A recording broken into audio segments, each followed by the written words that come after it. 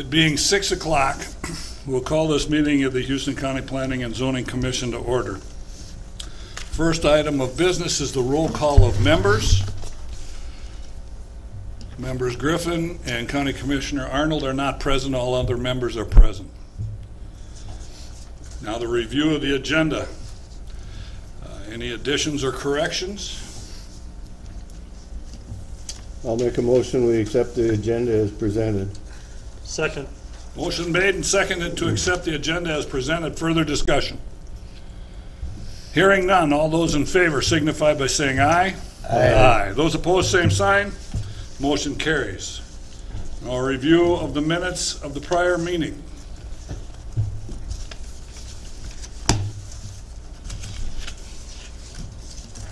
I'll make a motion to approve the minutes. I'll second that. Motion made and seconded to approve the minutes of the prior meeting. Further discussion? Hearing none, all those in favor signify by saying aye. Aye. Those opposed, same sign. Motion carries. I'll abstain, I wasn't here. As far as the guidelines for the meetings, we're not going to go through that. We do not have a large group here, and everybody's here for the conditional use applications. So we would entertain a motion to recess the regular meeting in order to call to order a public hearing for a conditional use permit. I'll make a motion to recess our planning commission meeting and open the public hearing.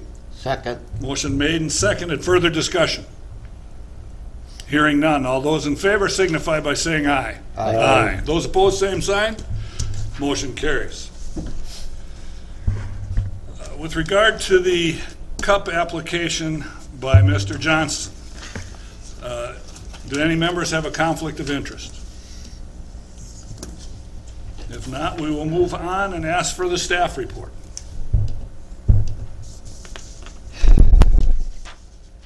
I'll start with a notice of the hearing.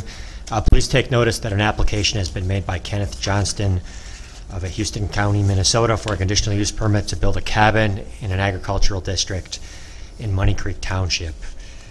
Said applicant standing and making application is a fee owner of the said described lands. A hearing on this application will be held in the Houston County Commissioners Room in Caledonia, Minnesota at 6 p.m. on Thursday, November 1st. All persons having an interest in the matter will be given the opportunity to be heard relative to the granting or denying of said application, and this was advertised on October 17th. Mr. Johnson is proposing a 400 square foot cabin in an existing farmstead on property he owns in Money Creek Township. It is in a shoreline district, meaning it's an overlay district that sits atop the ag district and extends 300 feet from the banks of the public water, in this case Campbell Creek. We have an approximate location identified for the structure, and I'll let Mr. Johnston tell you more about the structure himself. Should the CUP be granted, he would work with the zoning office on a zoning permit that would finalize the specific location of the cabin.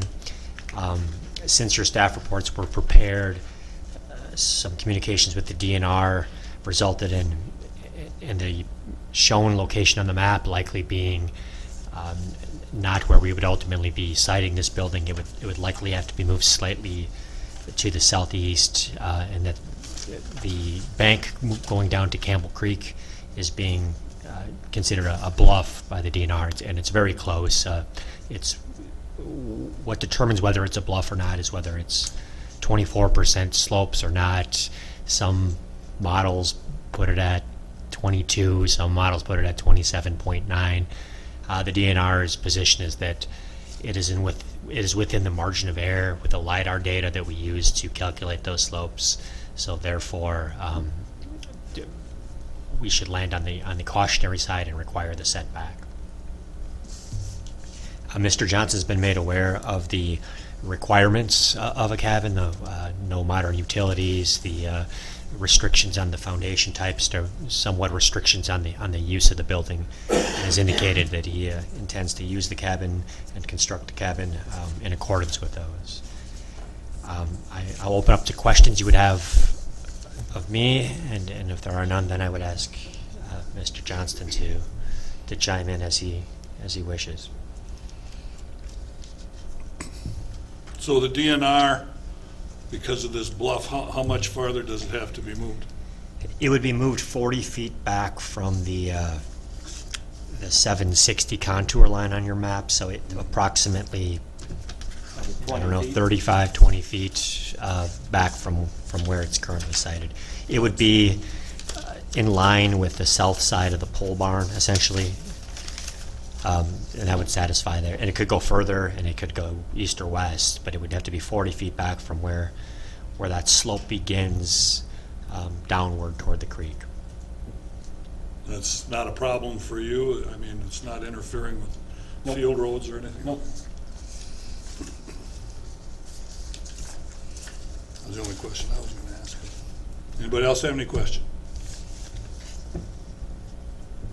Mr. Johnston? Larry, you had a question? What do you plan to use this cabin for? I mean, it's right close to your farmstead. Yep. What's the purpose of having a cabin there? Just for family. Me and my granddaughters can go hang out there. And Okay. kind of a man cave thing. But when you got granddaughters, you gotta, A she shed. there you go.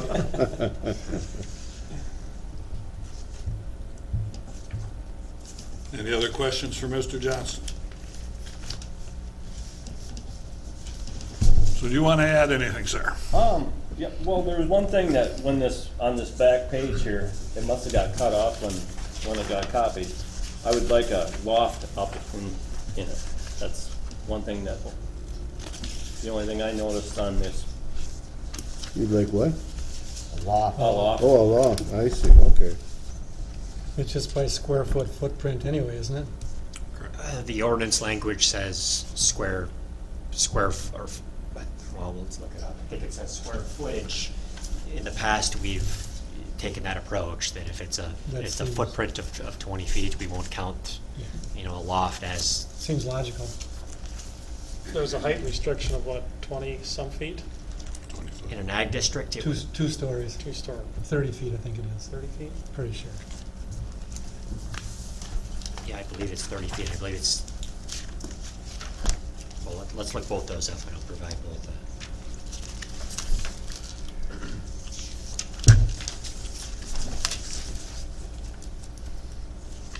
So the language in the ordinance says, no cabin shall have a gross floor area exceeding 400 square feet.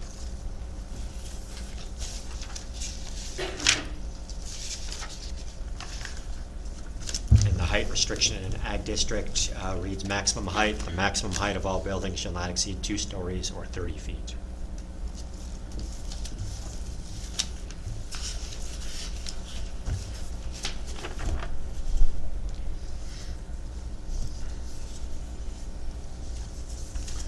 I was looking at this photo. Yep. Whose dwelling is this in the upper left-hand corner? That must be the Hardgroves. Yep. Okay. And that's actually a pole barn up there. Oh, that's a pole barn. Yep. Oh, okay.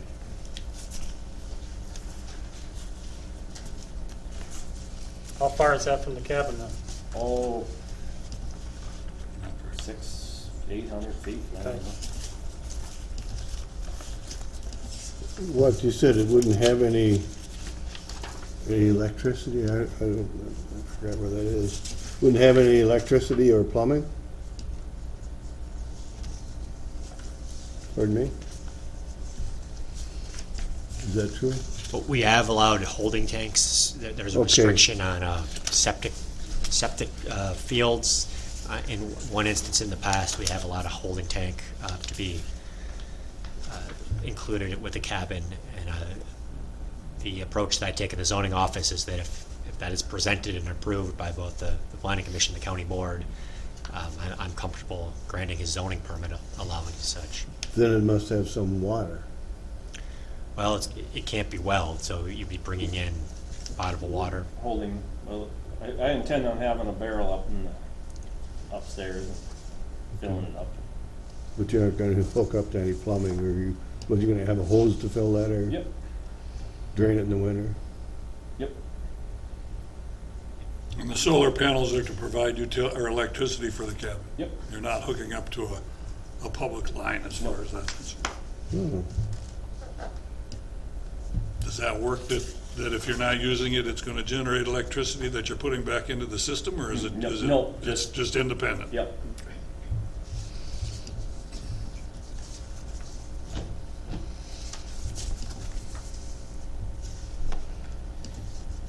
Any other commentary from Mr. Johnston or anybody on the board?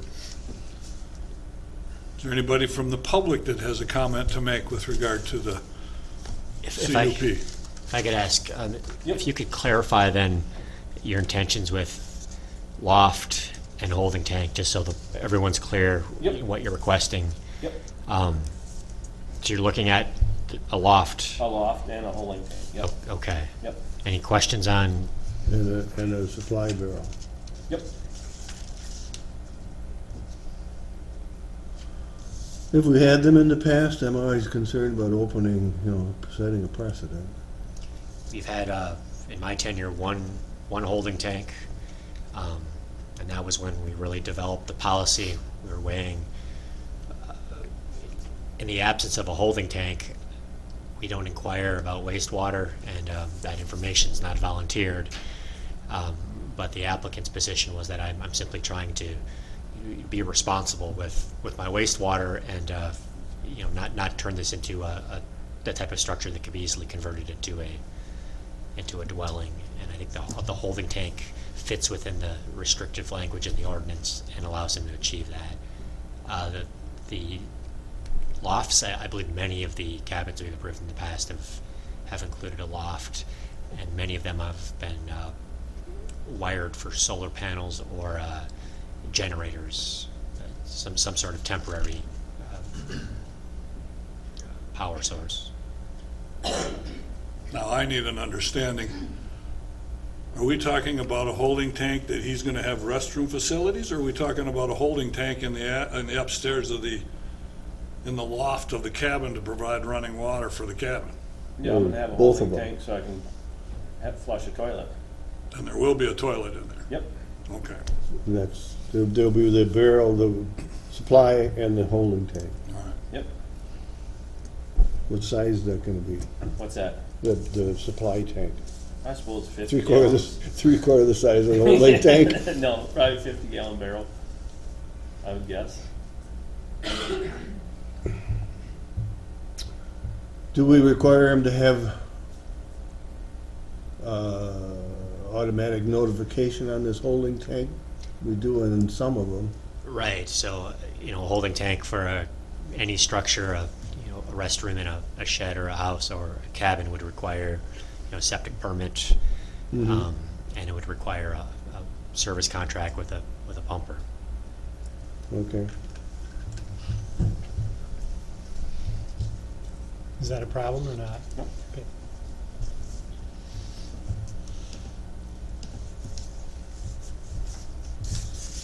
Any other questions? Any other comment from you, Mr. Johnston? Then I would ask for a motion to close the public hearing and reconvene the regular meeting of the Houston County Planning and Zoning Commission. I'll make a motion to close the public hearing, reconvene planning and zoning. I'll second it. Motion made and seconded. Further discussion? Switching it to switch. Hearing none, all those in favor signify by saying aye. Aye. Those opposed, same sign. Motion carries. Now we have to reconvene the Planning Commission meeting, and we need to entertain a motion to discuss the petitioner's request, if approved, for the record. So moved. I'll second. Motion made and seconded to discuss the petitioner's request. Any other discussion? Hearing none, all those in favor signify by saying aye. Aye. Those opposed, motion carries. Anybody visited the site? Yes, I have. Any commentary on it? No, Ken's pretty familiar with cabins, so. Okay. You're familiar with cabins? I have 2 that I rent out. They're allowed 40, or 4 on a quarter court? One. One. It's These- not on that. Okay. But this isn't on the same section? Your other cabins are down the road. Yep. Yeah. Okay. So general discussion.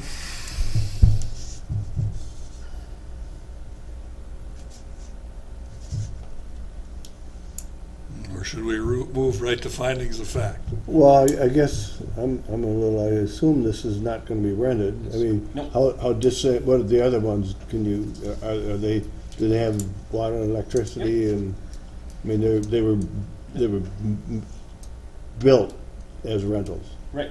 Okay, And I went through one of these. Permitted as rentals. yeah, okay, Yeah. all right, Nice cabins. Yep. okay, good. Well, I guess I'd just say it's an enjoyable thing to have on the place, and I can't see any reason not to let it occur. I have no objections. I would just like to mention that, we just discussed having the holding tank, and maybe we should make in the conditions to include a contract to have the holding tank emptied on a regular basis by a contractor. It is a condition to have a contract with the holding tank. Right. It's by the septic codes. It's required. Yeah.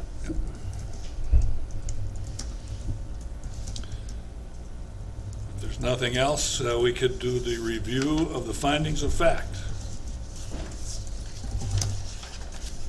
You want to read those, Aaron? Yep, 1 second. Sorry, didn't mean to get ahead of you.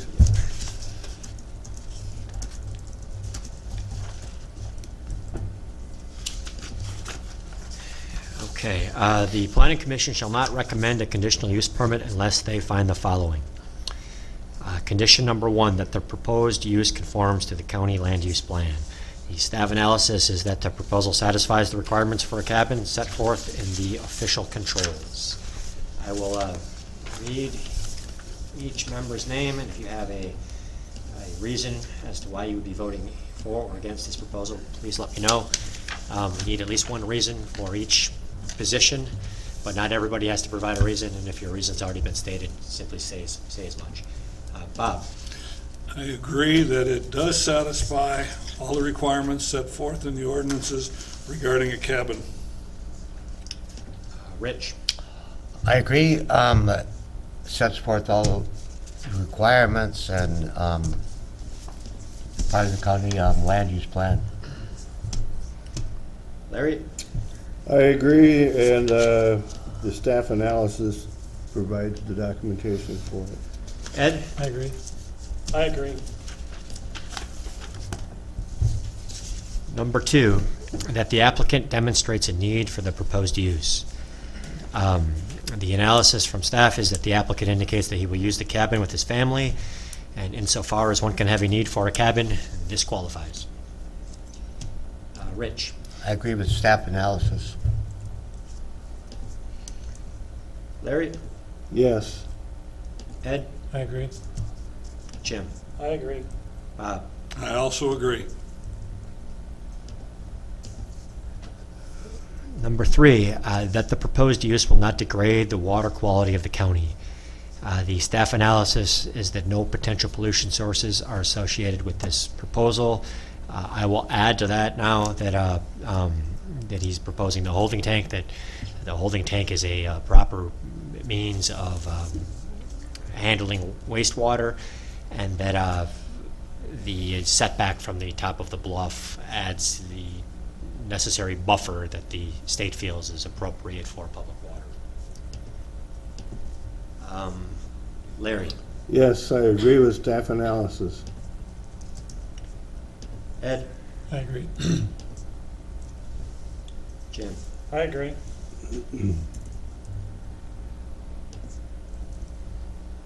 Bob? I agree. Rich? I agree.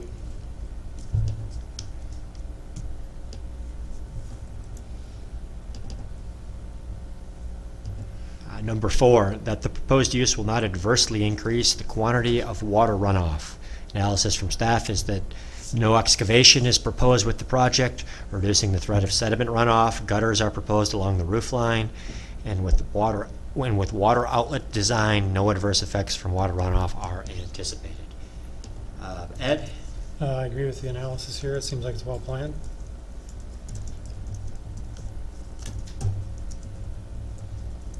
Jim? I agree. Bob? I agree with also noting that the DNR setback also helps to alleviate any of that quantity of runoff issue with the bank.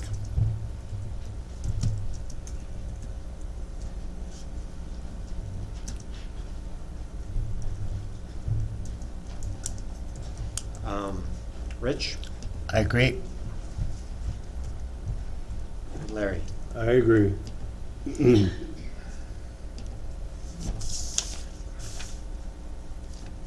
Number 5, that soil conditions are adequate to accommodate the proposed use. Analysis from staff is that the cabin will either be on skids or attached to post, making most soil conditions adequate. Jim? I agree. We just mentioned the bluff setback will provide conditions that are adequate. Bob? I agree with that. Rich? I agree. Larry? I agree. I guess noting that this cabin has very little demand on the surroundings.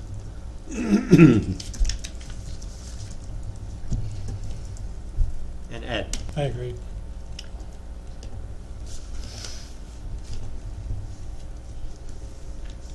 Number 6, that potential pollution hazards have been addressed and that standards have been met. Analysis from staff is that no pollution hazards have been identified. Bob? I agree with staff analysis. Rich?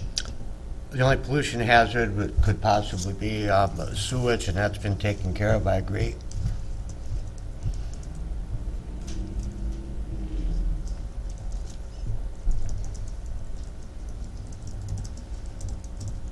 Larry? Yes. Ed? I agree. Jim? I agree. Number 7, that adequate utilities, access roads, drainage, and other necessary facilities have been or are being provided. Analysis from staff is that the proposed location is within an existing farmstead. Access and drainage are already established, and utilities are not a factor. Rich? I agree with staff analysis. Larry? I agree. Ed? I agree. I agree. Bob? I agree.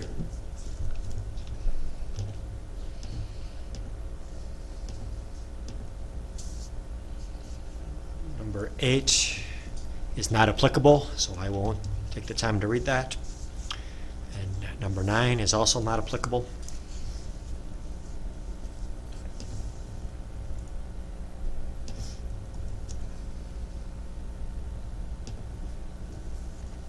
Number 10, that the conditional use will not be injurious to the use and enjoyment of other property in the immediate vicinity for the purposes already permitted. And the analysis from staff is that no impacts are anticipated. I agree. I'm sorry. Yep, Larry. I agree. And since it's family, there will be no additional traffic or any other demands on facilities.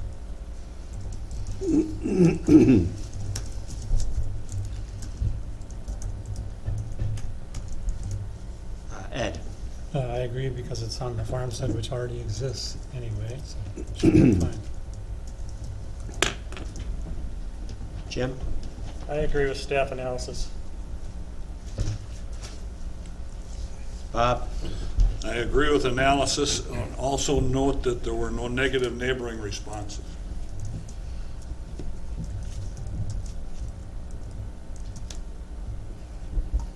And Rich. I agree. Number 11, that the establishment of the conditional use will not impede the normal and orderly development and improvement of surrounding vacant property for predominant uses in the area. And again, the analysis from staff is that no impacts are anticipated. Ed, I agree with the analysis here. Jim, I agree. Bob, I agree. Rich, I agree. and Larry. I agree.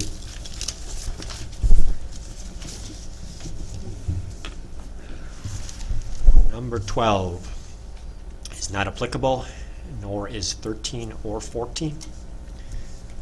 I'll move to 15, and that is that site-specific conditions and such other conditions are established as required for the protection of the public's health, safety, morals, and general welfare.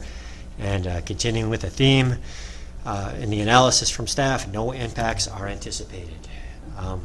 Ed, I agree with that analysis.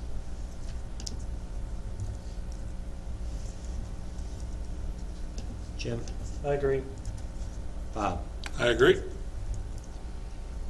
Rich, I agree. and Larry. I agree.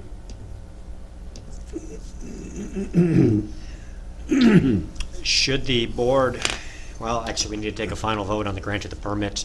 Before we do that, should we offer some language for the condition that Larry had suggested?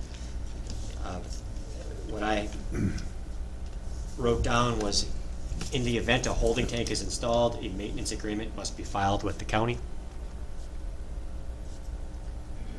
Yeah, I think that was Jim, but Jim? there was a I'm sorry. comment that that's already That's part fine. of the, And it is already part of what we require for any holding tank that's installed.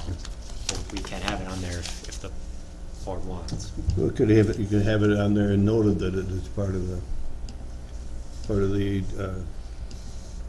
permit for the tank. Ken, I know that there are some options for farmers for emptying holding tanks. Would your intent be to utilize a service provider, or you're not looking to spread your own septage? No, I'd use some Use of it- that. Okay. I don't see any harm in including that if you wanted to. Sure. So, should the board grant the permit, the staff's recommending the following conditions. The permittee shall comply with all federal, state, and local laws and regulations. The county may enter onto the premises at reasonable times and in a reasonable manner to ensure the permit holder is in compliance with the conditions and all other applicable statutes, rules, and ordinances. And number 3, in the event a holding tank is installed, a maintenance agreement must be filed with the county.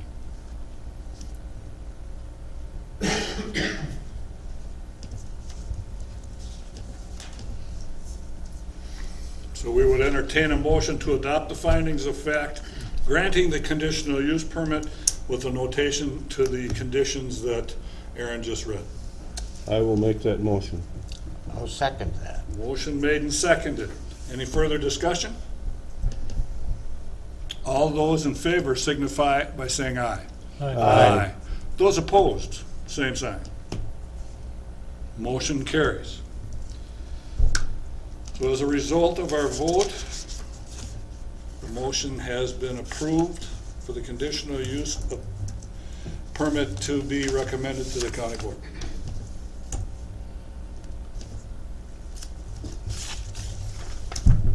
So Ken, I will take this to the county board on November 13th. And should they grant it, your zoning permit process could start the following day. Okay, Thank you. thank you, guys. Have a good night. You too. Do we have to wait 20 seconds for 6:30? No. Boy, I'm impressed. This is the closest to on time we've ever been, I think. Don't jinx it. Yeah, I'm sorry, I didn't mean, you're right, I shouldn't have said that. All right. We now have an additional conditional use permit request by John Jordan And Ralph Zerb? Zerb or Zerby? Zerby. So we would entertain a motion to recess the Planning and Zoning Commission meeting and call to order a public hearing for the conditional use permit application. So moved. Second. Motion made and seconded. Further discussion? Hearing none, all those in favor signify by saying aye. Aye. Those opposed, same sign. Motion carries. So we'll call to order the public hearing for the CUP application by Mr. Jordan and Zerby. And I would ask Aaron for the specific information and the staff report. I'll read the notice. Please take notice that an application has been made by John Jordan and Ralph Zerby of Stinson Road in Houston, Minnesota for a conditional use permit to build a dwelling on less than 40 acres in an agricultural district in Money Creek Township. Said applicant standing and making application are as fee owners of the property. A hearing on this application will be held in the Houston County Commissioners Room, Caledonia, Minnesota, at 6:30 on Thursday, November 1st. All persons having an interest in the matter will be given the opportunity to be heard relative to the granting or denying of the application, and this was also advertised on October 17th.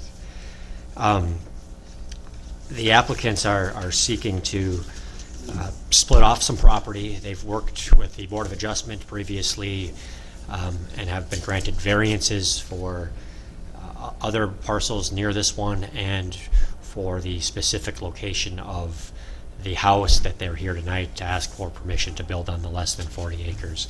None of those splits have occurred yet, nor have any of the surveying that would be responsible or be required before we move forward with the splits. But we do have the approximate locations within the staff reports.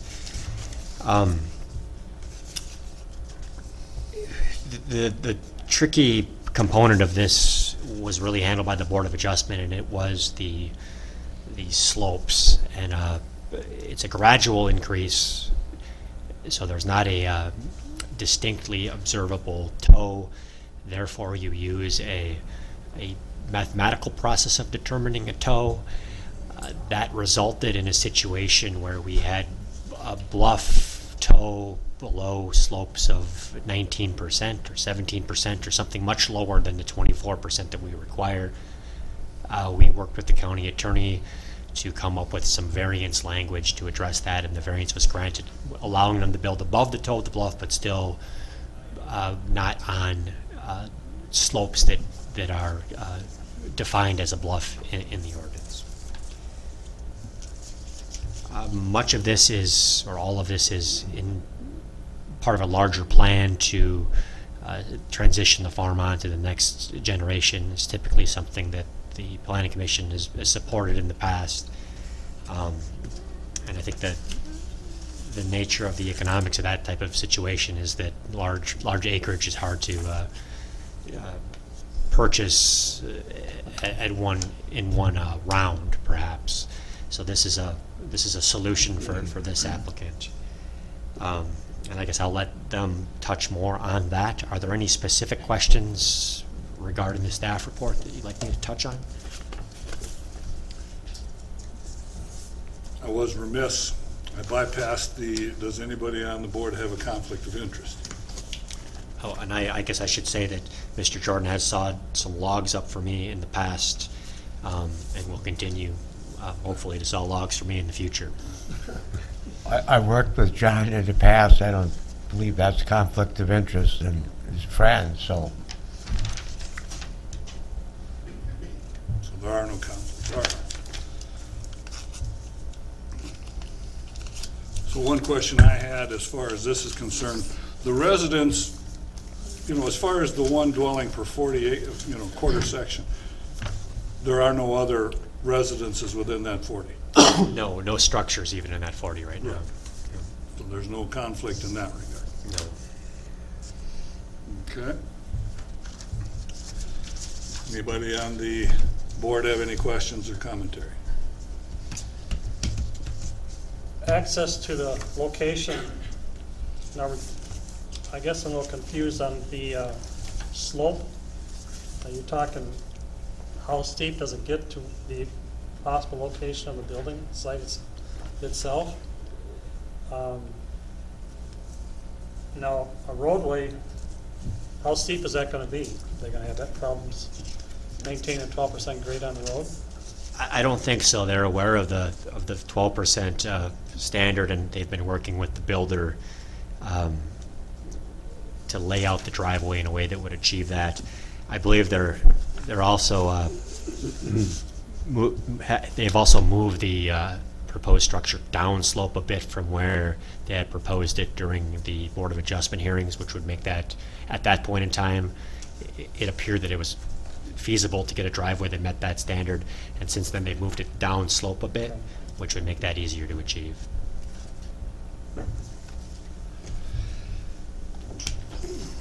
How long will the driveway be?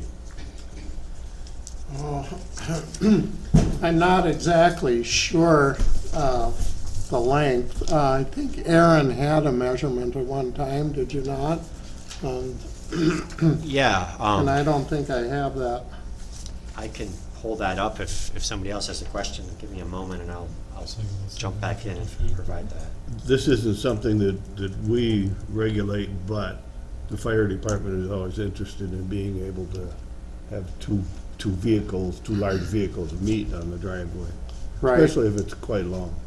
right.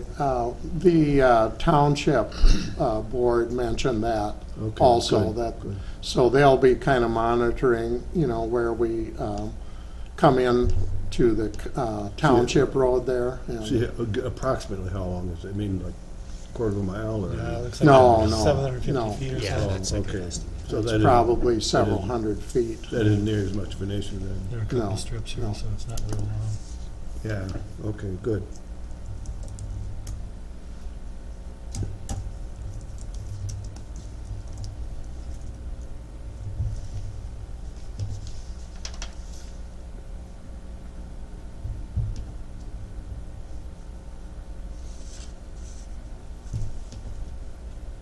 I think we've probably got that resolved. Sure. So your commentary for us. I have my foster daughter, Tally, and her husband, Josiah, here. They are the people that we are looking to hopefully transition down the road, that 40. We've been a certified organic farm for close to 30 years. And so the kids have been living in Amherst, Massachusetts, and have produced 2 lovely grandchildren. And as a result of that and some conversations with us and the rest of our family who are all in Minnesota here, they expressed an interest in possibly moving to Minnesota to be closer to us and the rest of the family. In talking about that, and Ralph and I were in a position where we were trying to think about transitioning the farm and preserving as much of it as organic farmland as we could. We thought that this would be a way in which we could provide a stepping stone for them to at least possibly own 40 acres of land by selling them a smaller parcel, which looks like it'll be close to 4 acres of land. And then down the road, once they're able to live in the house on that land, they could buy the rest of that land also. So that was kind of the genesis of this project, was to try and accommodate both of those things that were occurring in our family. So we looked at that open 40 and realized some of that slope was less than desirable as farmland up there, but might accommodate a home, providing a great view down the valley, as well as not disturbing some of the prime organic farmland that we have. So that's pretty much in a nutshell what we're trying to achieve with this. So we've done quite a bit of legwork on the project. We're working with Chris Nelson Builders, who is a local and very reputable builder. We've been working with his son Chance, who is a licensed septic person, and they've been out to the site multiple times, as Aaron has also. And so we've been trying to look at all of the possible snags and important things we have to consider in preserving this land and not impacting anything negatively. So we feel that coming forward at this time, we're at the point that we would like to begin building as soon as possible. So that's why we're here.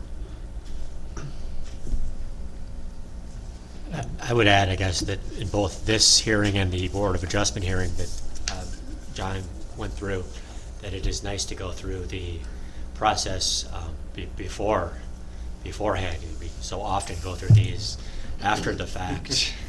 It's refreshing to get that sequence in the correct order. But so I understand, excuse me, the 4 acres is inside the 40 acres, so there's an additional 36 that you anticipate transitioning to the young couple at some point in the future. That would be our wish and desire. Kind of up to them too, I suppose. Oh, yeah. They're like Minnesota, huh? So you wouldn't need the whole 4 acres for the home. It'd be like an acre probably kind of taken up with yard and house, and then there would Well, probably. the additional acreage would be accommodating the driveway so that we can achieve Okay. the slopes and proper slopes. And Aaron mentioned too in the process, if the kids would want to build a building somewhere in there, have enough acreage that the setbacks would be there already. They'd have enough land to conform to any setbacks. Makes good sense. And this is probably maybe a little bit rocky land here. It's probably not class 1 land that where you're building on? No, they're up. If you were to go down onto the flat, that was a part of the toe challenge too. That if you moved it down onto the flat ground, you're then on, I believe, class 3 or class 2. But if you're on those slopes, there are about 17%. I don't know the exact class, but it's over 3. It's 4 or above. But it's not your best ground, is what you're saying. Right. Yeah.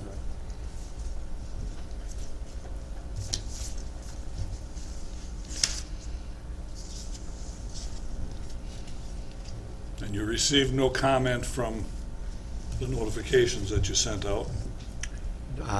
Nothing from the township nor any members of the public.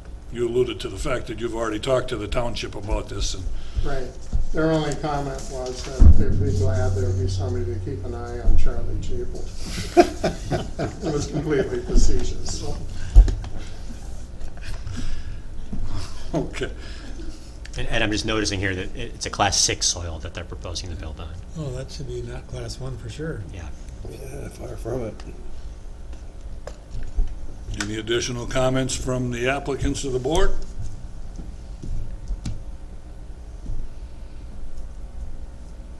Then we would entertain a motion to close the public hearing and reconvene the regular meeting of the Planning and Zoning Commission. I will make that motion. Second. Motion made and seconded. Further discussion? Hearing none, all those in favor signify by saying aye. Aye. Those opposed, same sign. Motion carries. Now we would entertain a motion to discuss the petitioner's request. I'll make that a motion. I'd make that a motion to discuss the petitioner's request. Then I'll second it. Motion made and seconded. Any further discussion? Hearing none, all those in favor signify by saying aye. Aye. Those opposed, same sign. Motion carries. Anybody visited the site beside Aaron? I have. Anything to add as far as the site? I think it'd make a nice place for a house, and it'd be probably better to have a house here than trying to farm it. Or 50-50, I mean, you're not about the same, Too steep. for my taste. Low cost, maybe not. No, it is it's a good spot. So general discussion?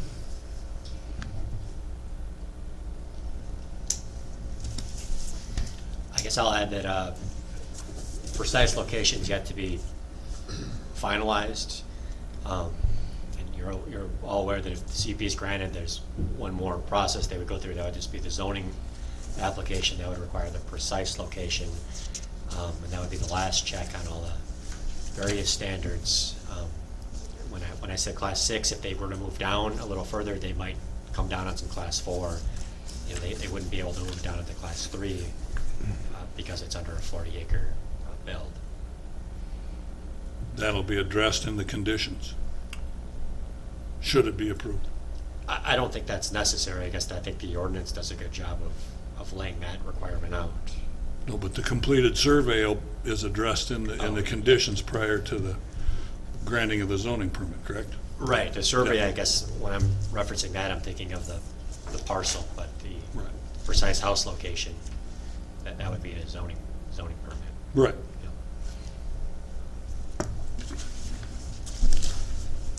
Anything else? Otherwise, I would ask Aaron to go through, for the record, the review and findings of fact. The Planning Commission shall not recommend a conditional use permit unless they find the following: that the proposed use conforms to the county land use plan. Analysis from staff is that while the current proposal is for non-farm development and those standards are satisfied, the statement of purpose from the applicant revealed a long-term goal of a generational transfer of the farm. The site location was selected in part to avoid development on flatter, more productive ground. Technically, the proposal satisfies the applicable performance standards, such as minimum lot size and septic compliance. Bob? I agree with staff analysis. Rich?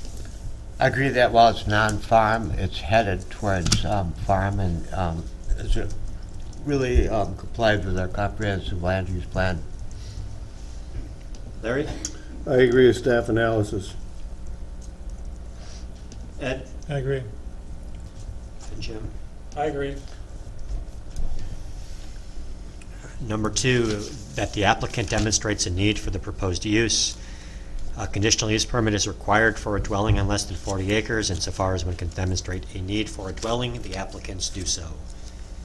Rich? I agree with staff analysis, plus they've already been through the Board of Adjustment with the various process.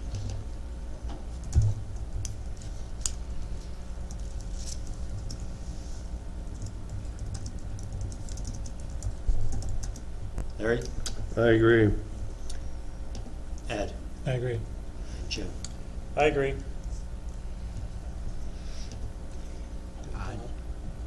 Bob? I agree with staff analysis and Rich's notation.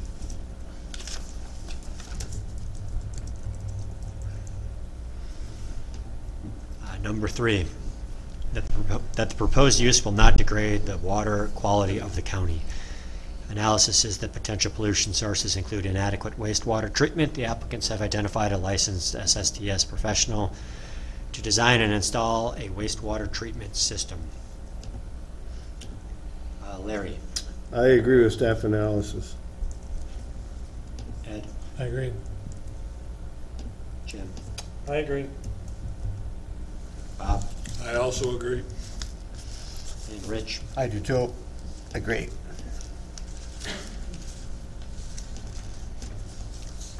Number 4, that the proposed use will not adversely increase the quantity of water runoff. Analysis includes potential pollution sources, include sediment runoff. An erosion control plan will be required for the construction of the home, and if followed, prevents sediment runoff. Ed?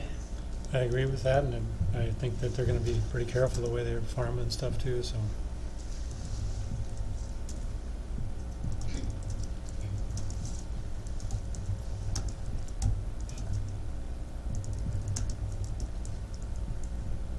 Jim?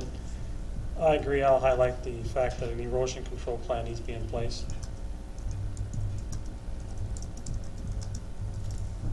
Bob? I agree. Rich? I agree. And Larry? I agree. Number 5, that soil conditions are adequate to accommodate the proposed use. Analysis from staff is that a licensed SSTS professional took several borings on the site to confirm that the soil is of a proper condition to support a septic system. The building contractor identified no current obstacles to being able to put a residential home on this site. Jim? I agree. I agree with staff analysis. Bob? I agree. Rich? I agree, plus the 4 acres will give them the option to move to the best site for everything. Larry? I agree, and as Rich said, 4 acres gives them, you always have to have an alternate site for an on-site system that'll provide that as well. Yeah, and I don't believe we required that to be identified in this case because 4 acres is ample. Okay.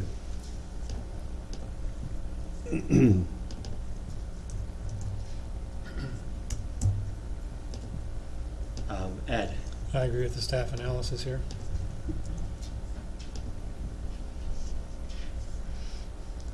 Number 6, that potential pollution hazards have been addressed and that standards have been met.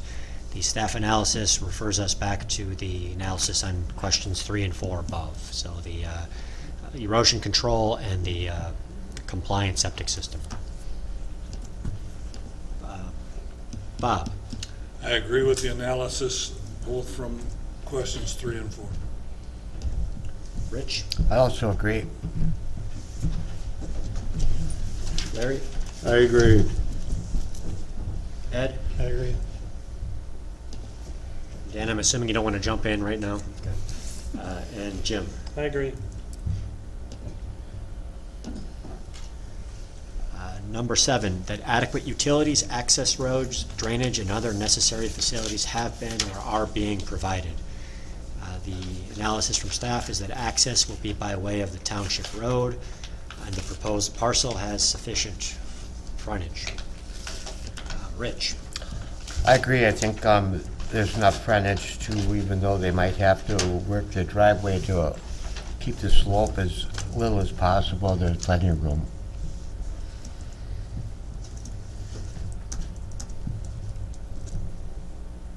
Larry? I agree. Ed? I agree.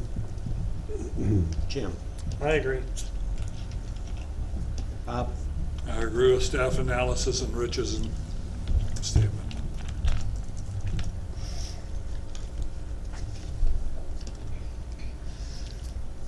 Number 8 is not applicable. I'll skip over that. Number 9 deals with traffic congestion, not applicable. I'll skip over that. Number 10, that the conditional use will not be injurious to the use and enjoyment of other property in the immediate vicinity for the purposes already permitted.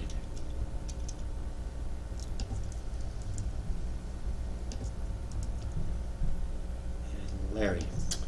I agree with staff analysis and I'm sorry, I didn't give you the analysis, did I? I got it. The analysis is pretty straightforward, that no impacts are anticipated. That's what I agree with. Plus, there are no other families or structures in the immediate area.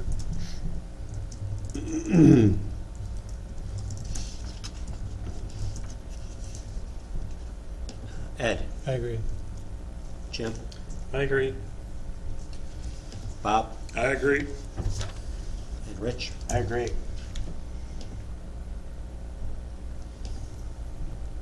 Number 11, that the establishment of the conditional use will not impede the normal and orderly development and improvement of surrounding vacant property for predominant uses in the area. The analysis is the proposal satisfies the requirements for development in the Ag District and is typical of non-farm dwellings throughout the county. Dan? I'm sorry, Ed? I agree with, it'll make the area look better, new house.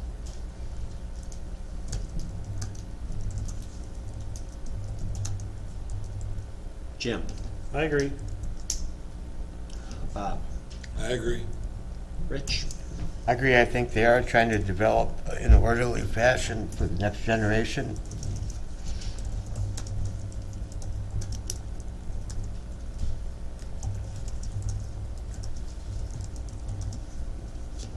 And Larry? I agree. Number 12 has to do with offensive odor, fumes, dust, noise, and vibration, and I deemed it not applicable. Number 13, that the density of any proposed residential development is not greater than the density of the surrounding neighborhood or not greater than the density indicated by the applicable zoning district. The analysis refers us to finding number 11, where we talk about the requirements for development in an ag district. Like I said, add mainly that it's the one per quarter, and this would be the only dwelling. Jim? I agree with the fact that it's one dwelling per quarter section.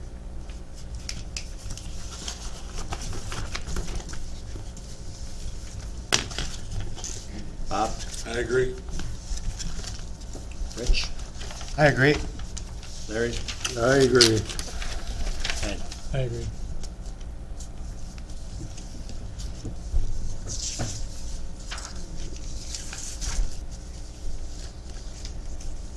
Number 14, it has to do with industrial development and as such is not applicable. And number 15, that site-specific conditions and such other conditions are established as required for the protection of the public's health, safety, morals, and general welfare. Analysis being that no adverse impacts of the public's health, safety, morals, and general welfare are anticipated. Bob? I agree. Rich? I agree with that. Larry? I agree also. Ed? I agree. And Jim? I agree. Should the permit be granted, staff recommend requiring the following conditions. Number 1, that the permittee shall comply with all federal, state, and local laws and regulations. And then number 2, construction shall not commence until a survey completed by a licensed land surveyor is filed with the county. So we would entertain a motion to adopt the findings of fact and grant the conditional use permit application to be recommended to the county board with the noted conditions. I'll make that motion. I'll second. Motion made and seconded. Any further discussion? Hearing none, all those in favor signify by saying aye. Aye. Those opposed, same sign. Motion carries. With that, Planning and Zoning has approved your request. Aaron will present it to the county board for their approval. And we'll move forward from there. Thank you. I'd like to thank the commission for all of your work and your due diligence on behalf of maintaining the quality of life here in Houston County for all of us. So thank you. Thank you. Yeah, good luck.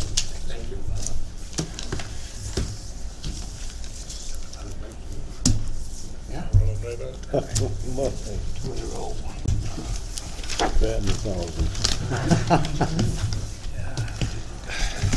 Yeah, let's drink on now. Now, we don't have to close the meeting for the zoning ordinance amendment meeting, or do we? It is a public hearing, yeah. Okay. I'm in a transition down to that seat so I can use the monitors while we go through these. Okay. What's that? Oh. While he's passing those out, Gotta share these? No, I mean. Oh, you did? You have the full copy. Okay. Just the main. we need a motion to recess the regular meeting of the Houston County Planning and Zoning Commission in order to have a planning commission public hearing. So moved. Second. Motion made and seconded to recess and call to order a public hearing. Any other discussion? Hearing none, all those in favor signify by saying aye. Aye. Those opposed, same sign. Motion carries. Now, I don't know if any of us have a conflict of interest in this, so we'll ask Aaron to take over on the staff report and make the presentation. Sure, so there's not a staff report like you're used to with the ordinance amendment.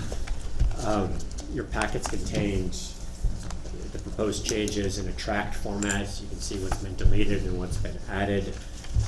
There's changes in several sections. The majority of those changes are renumberings to correct prior incorrect references. When we had switched the numbering of this in the last revision, some of the numbers that were embedded in the text weren't changed that they should have been. So much of this in the other sections is to correct those. We're happy to answer any questions and review those, but I won't cover those unless there's a specific request from the board to do so. Substantive changes take place in the conditional use permit section, the interim use permit section, and then there is a total rewrite on the floodplain section and on the shoreline section. Those were done using a model ordinance the state provides, and that there's a lot of state and federal requirements that have to be captured in the version that's in our ordinance. They go through an approval process with the DNR before we're to this stage, so both of those sections have been preliminarily approved, and we would have to provide them with the final text of what's adopted for that final approval to take place.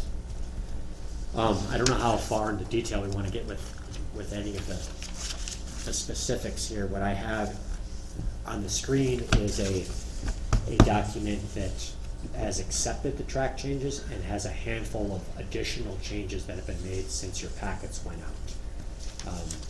But prior to getting to that, it may be appropriate to address any questions we would have regarding the 4 sections where we've got some text changes.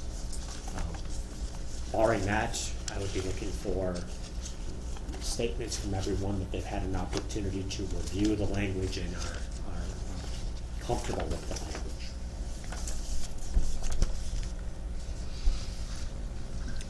language. I have reviewed the language, and it's rather lengthy, and took a fair amount of time to cross-reference existing to the new, as well as the verbiage, most of which I agreed with. We did discuss a few things, and I believe those changes were made by other people's requests as well, and I have no problem with the changes. The floodplain and shoreland are required changes to the zoning ordinance in order to meet the insurance requirements, correct? No, that's true only of the floodplain. Floodplain, Yeah, not shoreline. They work hand in hand. I began work on the shoreline updates last year when we brought in the buffer rule. There was a time deadline on that too, and simply due to lack of time, the shoreline wasn't completed last year. But the new model, if you noticed, it includes some graphics which I think help clarify some of the concepts. The existing language or the existing old shoreline section can be confusing. I think the new proposed shoreline section is an improvement over the existing. Regarding Not to say that some of the new language isn't confusing also. No, certainly not. I think that as a rule, there's going to be some mental agility required and patience required in consuming any of this verbiage. So not a perfect document, but an improvement over the prior nonetheless. So if somebody comes in to talk to you and wants to build something, you have a way to find out what's in floodplain and what's not just by looking at a map or something? Right, we have that on the public-facing beacon sites now. Sure. That we actually have a very useful map that shows, how it's being changed from what used to be the floodplain to what will be the floodplain. As soon as we have a adopt an ordinance, then that map will change to, here's what the floodplain is, and we won't have to show the changes from last. We also have some data on, or not some, we have data on all public waters where floodplains are mapped regarding the base flood elevations, which is very useful too. The new floodplain language allows some leniency in development in a floodplain. Floodplain set up into two sections, where I guess our model here is called the three model ordinance. So the three models are the floodway, the flood fringe, and the general floodplain. Most of Houston County is general floodplain, and that's part of the floodplain where they don't have detailed studies saying, you know, this part of the floodplain is the floodway, and this part out here is the flood fringe. The floodway is, a simple way to explain it might be the main channel usually, and the flood fringe is, you know, a low-lying field that might have some water, become inundated during a big event, but it won't see velocity like the main channel would. Most of our county, we don't have that delineation between the two made. Only have that in the Mississippi and select parts of the Root River, but all the tributary streams are general floodplain. The old model required quite a bit on the part of the applicant if they wanted to build anything in a general floodplain, because they would first have to hire an engineer to do a study to determine the flood fringe and the floodway.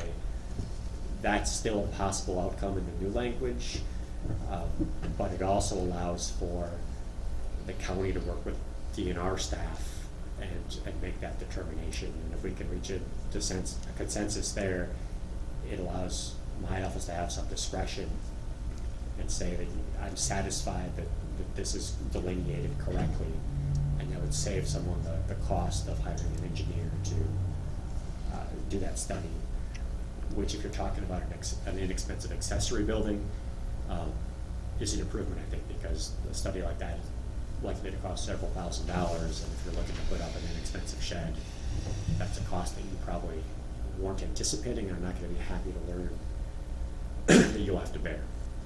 What do you do if you have an existing site that's kind of in a floodplain and they want to add something on? That's a difficult thing to work with, isn't it? Yeah, let's jump there. We can look at that. There's some language in here on non-conforming uses in a floodplain, and the rules are different in a floodplain than they are outside of a floodplain. The gist of it is that you're only allowed... What page would you be on? Yeah, let me get there first. Okay, sorry. I'll stop talking for a second. Fine.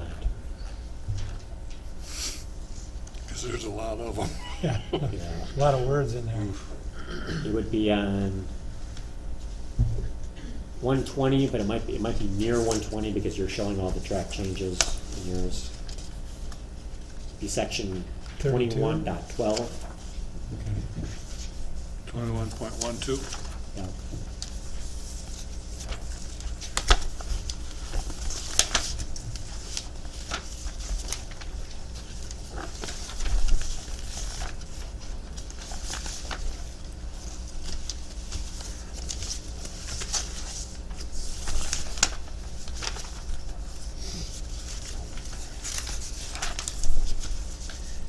Did you see those?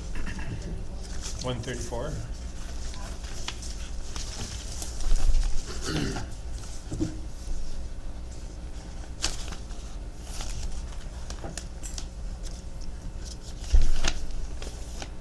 So just like a normal nonconformity, discontinuance for 1 year voids that status.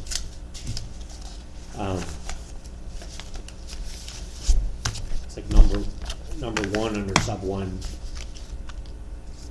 doesn't allow it to be increased in a way that increases its flood damage potential and prohibits any expansion in a floodway.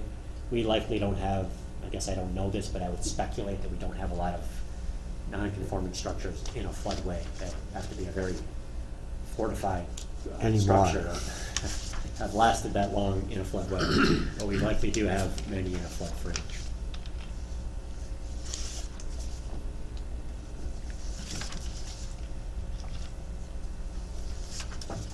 And then is that sort of at your discretion of how to go about it? Somebody wants to add on to a building in a Well- flood fringe, or how does this work? I would go through these, so then number 2 talks about, a structural alteration. So if we're gonna do a structural alteration, and the result would be increasing the flood damage potential, they would be required to protect it to the regulatory flood protection elevation, so that usually means lifting it. There are some, if you go further down in the proposed language, there are some methods where you can put a garage under a house that's not designed for occupancy with some openings of certain sizes. To let the water go You're through it? right, but that's not common in Minnesota. I think that's more common in coastal areas, but the language is in here nonetheless.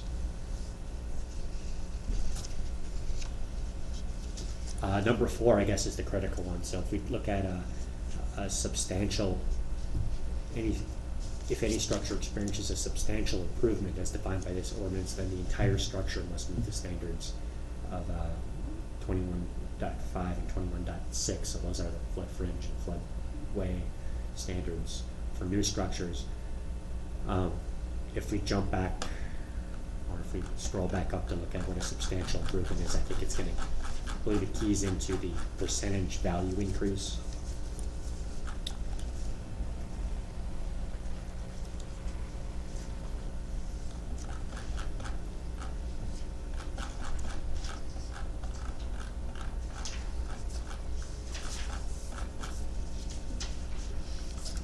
So substantial improvement is within any consecutive 365-day period, any reconstruction, rehabilitation, including normal maintenance and repair for damage, addition, or other improvements of a structure, the cost of which equals or exceeds 50% of the market value of the structure before the start of construction of the improvement.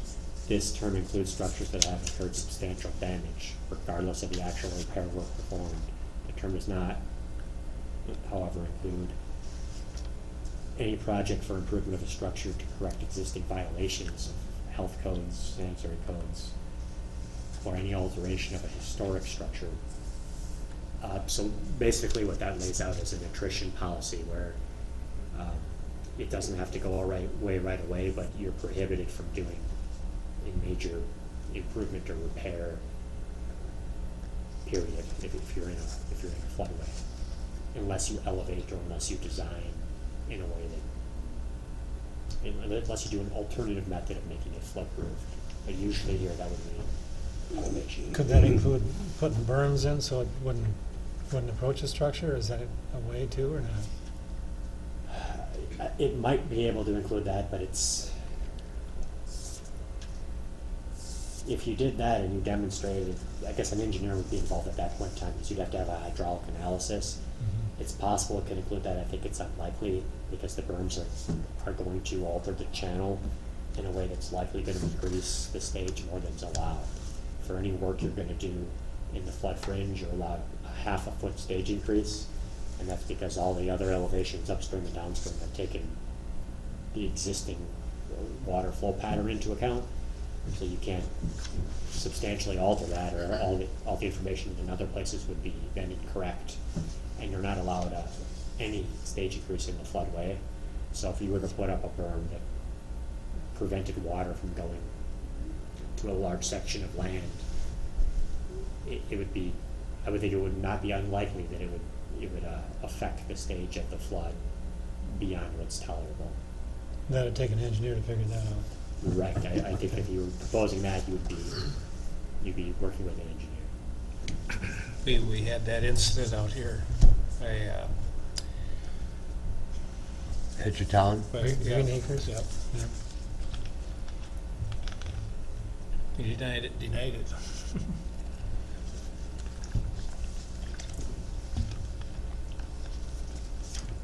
So I think we're getting into the weeds here, and we're testing the limits of my knowledge on this. If there's more, Well, this floodway is kind of, we are administering their program. We pretty much have to take their verbiage, don't we? yeah, I would say that 80% of this it's non-negotiable if we want to participate in the flood insurance program. Well, then we have to. Yeah, I think it would be a mistake to not participate in that. Yeah, and if we do make a change, it's gotta go back and they have to endorse it. Right, yeah, they would have, even as written, they have to approve the final Yeah. ordinance that's adopted. So,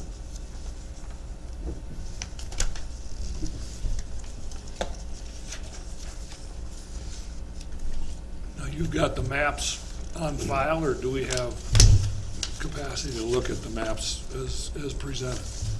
Yeah, I can probably. These are new maps compared to what we've had in the past, correct? Well, we've been using them for permitting purposes.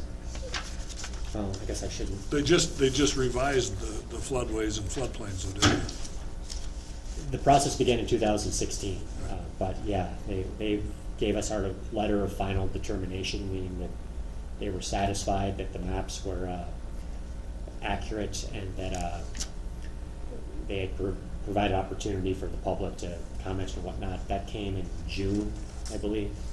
Came 6 months before December 7th, because that's how long we have to adopt after we have that. But we've been using, since we have the information, the new maps which reflect that base flood elevation that we have for permitting purposes.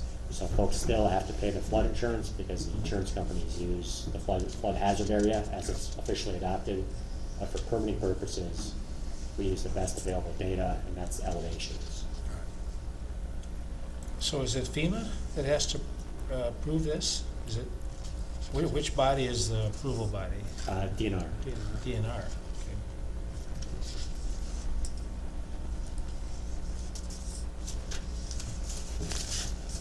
Well, this will just help people, if you're thinking about doing something with a piece of land, you can access the maps before you even start. Yeah, and I think we get a lot of calls about floodplains, so I think people are actively doing that. So this is just what the public sees, or I'm not logged in here, and if I just zoom into, near, say, Houston, turn on our.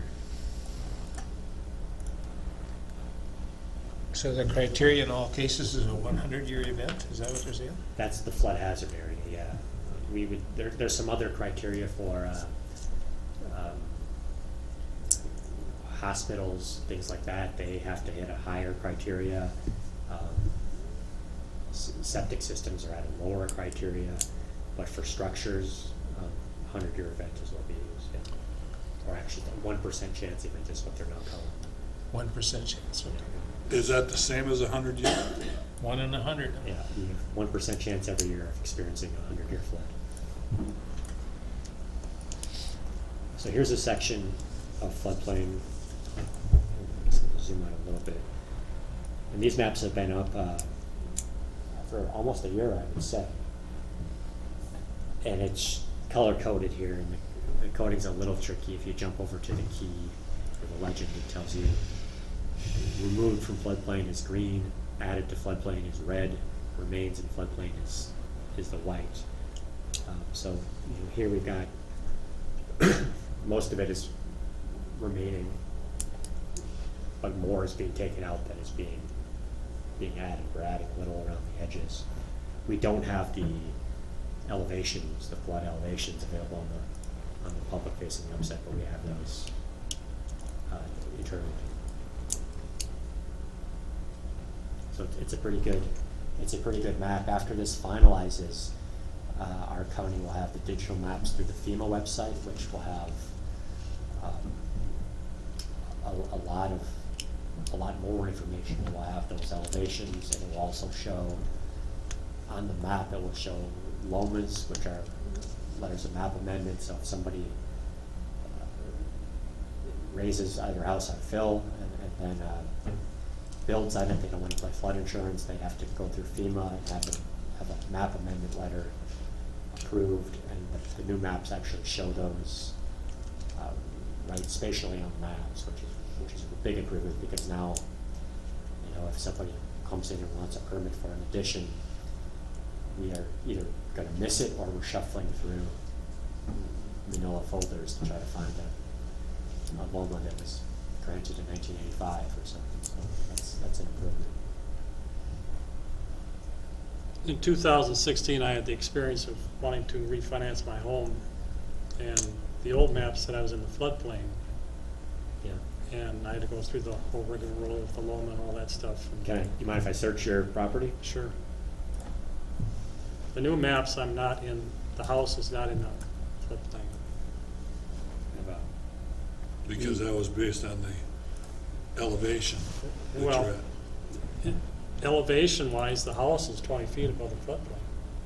But for some reason, the old map showed me in the floodplain.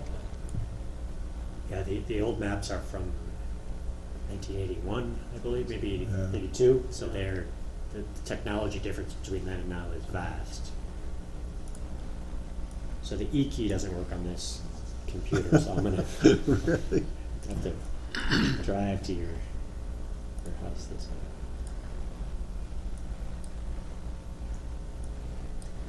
Yeah, so here's what you'd be seeing, substantial reductions in the floodplain in that area, and substantial shifts, because prior to these maps, you know, we may have been permitting things in all these areas. This whole channel looks like it was inaccurately placed too far to the east.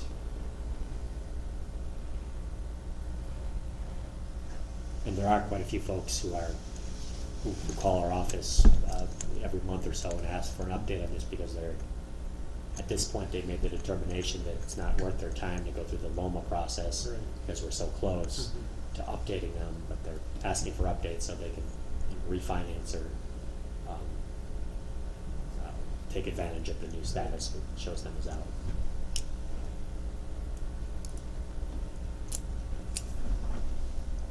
Do the banks generally reference this?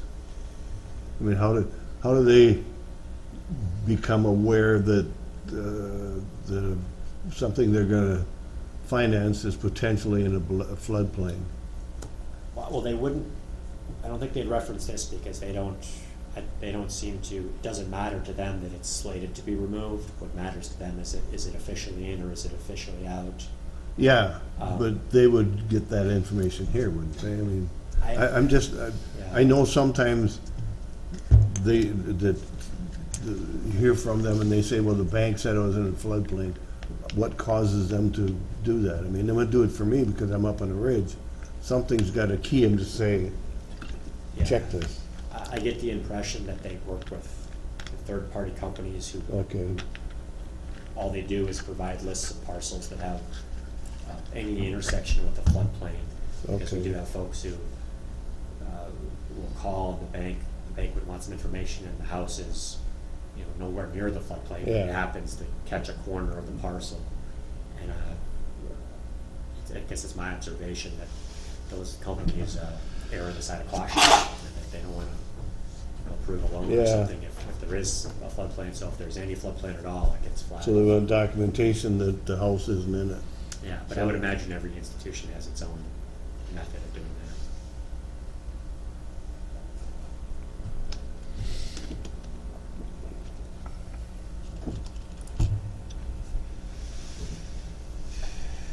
And the DNR updates the mapping, I mean, if channels change, they update that? Well, we're specifically referencing the floodplain study that resulted in these maps in the ordinance here. Right. There's down here. Didn't they map them by flying over with a plane or something? A lot of this utilizes that LiDAR where they flew over and they get the 2-foot contours, yeah.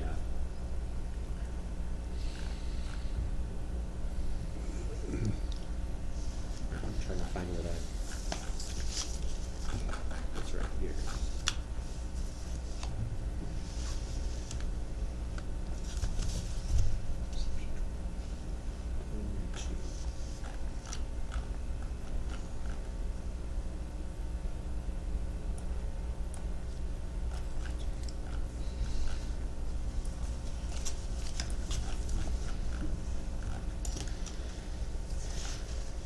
So this is the incorporation of maps by reference. Here's where the ordinance ties to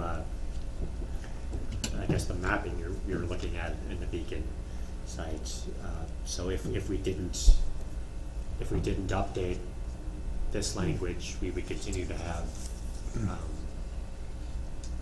the language that exists currently, which references in a different way the old floodplain panels.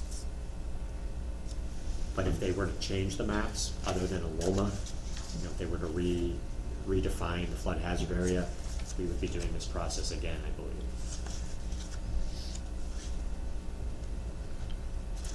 Well, if they redefine a floodway,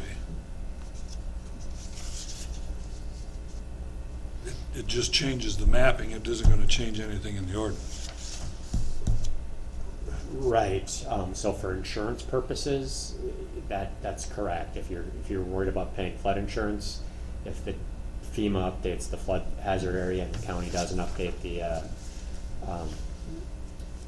the ordinance with their new reference to their new maps, a bank wouldn't care that we haven't done it at the county level, but it would essentially be a moot point, however, because if we didn't do it at the county level, nobody in the county would be able to buy flood insurance anyway. So, it wouldn't matter whether. But they said they will provide the updated information. We don't, the county doesn't do that. Oh, gosh, no. They do that and then present us with the updated information. We don't have to change the zoning, we just have to go with the revised maps. Yeah. The maps they have out there now have been gone through the process of the public input and everything. Yeah. So they can't, I don't know this, I'm speculating, they can't change that now until they just can't be constantly making improvements and changing, and can they? I don't, I guess I don't know the answer to that in probably the level of detail you're looking for.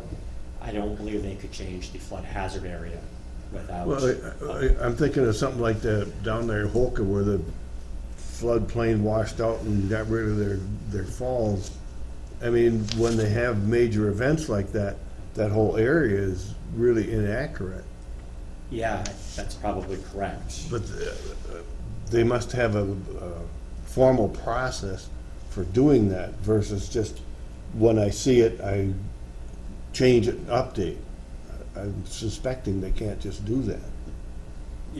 There's procedures written into the federal rules, I guess, that allow them to do the LOMAs and things like that without going through that public notice process that was done in this case. But here where we reference this, we specifically reference the flood insurance. Be cost prohibitive to change them unless there's a major event. Yeah, see, well, and they can remap it, but I'm suspecting they can't just go and make the change, update it online and say, good, everything looks good, because of their process for doing it. Yeah. And maybe there is a shortcut they can do for. I think the LOMAs and things like that they could do, and I don't think that the expectation should be that the existing maps are exactly accurate. And when we do permitting near a floodplain, we require a foot of freeboard. Yeah. So we don't let you go right at where we think it's going to be, and that's probably because there's going to be a level there, because it's just a complex thing to get a handle on.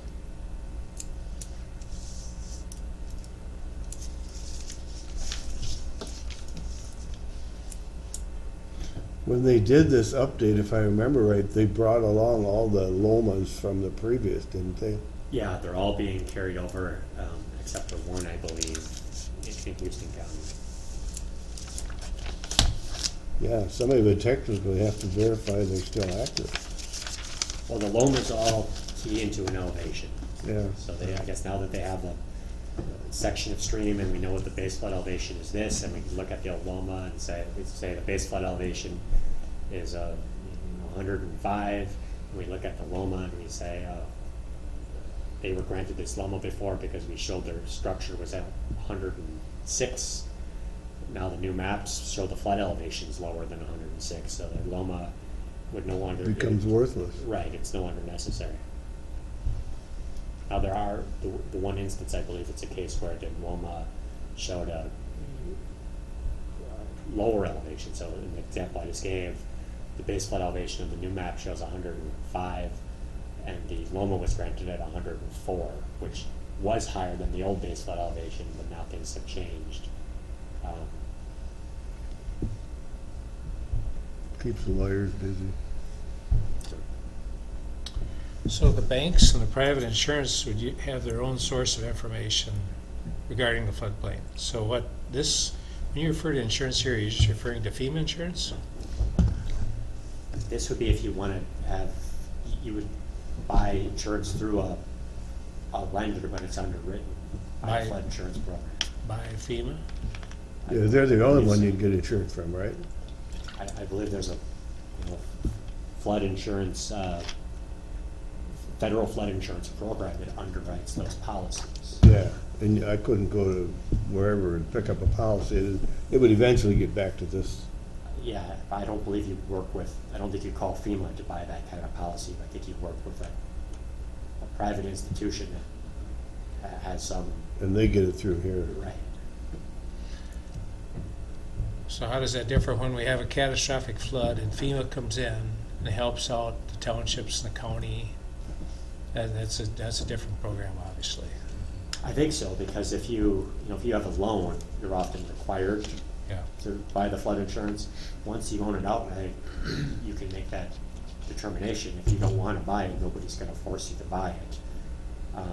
But then if you had a declaration of emergency, you might be getting some assistance even though you chose not to buy the insurance. So are there any ties between the county and the townships getting FEMA reimbursement or FEMA help based on how the county administers the program? I don't know the answer to that. I know in the flood of '07, the county came out to the townships and said, we are applying for this. If you have damage, document it and send it to us. Yeah, I think you're asking, if we chose not to adopt this, could we then lose our eligibility? Should we have another catastrophic event before that? I mean, kind is of that assistance? the driving force, so FEMA can come in a catastrophic event? That I don't know. What I do know is that if we don't adopt it, and then I own a house in a floodplain and I want to sell it, unless I'm dealing with a cash buyer, the bank is not going to loan money to somebody.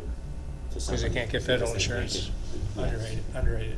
It's my understanding that that product does not exist in the private market. All right. And you can't get a permit to build. Right, but I guess if you have an existing structure, you would be in a really bad spot if flood insurance weren't an option for folks. Yeah, and if you're not in the floodplain, you can't get insurance either, I don't think. No, that's not true. You can buy flood insurance even if you're out of the floodplain, and it's substantially right? cheaper. Yeah, I suppose it is. I I could get it think we've real, got, I could get it real $25, cheap. $25 per hundred. there's some language here that says this ordinance does not imply that areas outside of the floodplain districts or land uses permitted within such districts will be free from flooding or flood damage.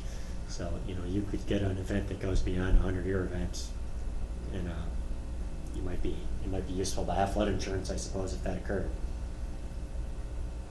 Wouldn't pay for me. No, I think you're probably, At 600 feet, you should be safe. But if you're at the toe of a slope of a bluff, you're nowhere near a creek or a river or a waterway, but you get an event like '07 and a lot of water comes running down through and comes into your house, if you don't have flood insurance, they're not gonna pay.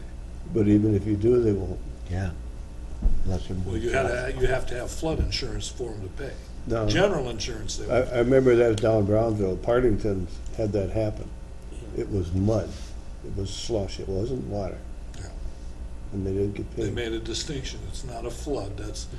The bank gave away, I guess, huh? Anyhow. That's an erosion issue.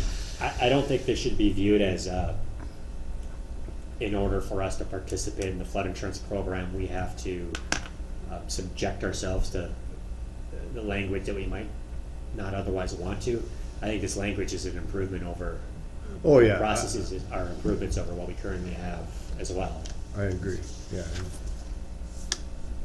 Yeah, why would you wanna go and mess with it, I mean? Do you want me to touch on some of the, the minor tweaks that I'm proposing since your packets went out, and if that Yep. might spur a question?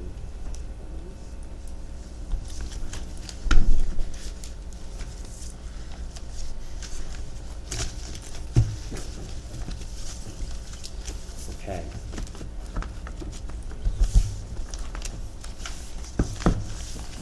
So these are in the criteria for granting a conditional use permits section. And these same findings also exist in the planning commission section, although they don't for interim permits. But they were changed maybe in 2016. Since I've been here, we changed those so that the answer to all the findings of fact that are required is yes. Before it was either yes or no, and the ordinance didn't make clear, it said the planning commission shall not recommend a conditional use permit unless they find the following, but it didn't tell us if the answer needed to be yes or no for anyone. And I think that you could reasonably infer what the answer ought to be, because it would be illogical if we said that there must be a pollution hazard in order to grant the permit.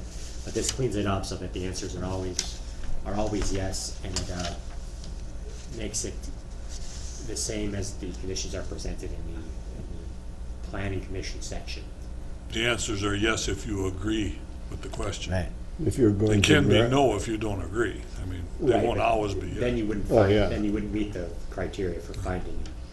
But if it's yes, you meet the criteria, Yes. it's positive for the applicant. I received a question about, do we have leniency to change these, or are there statutory requirements?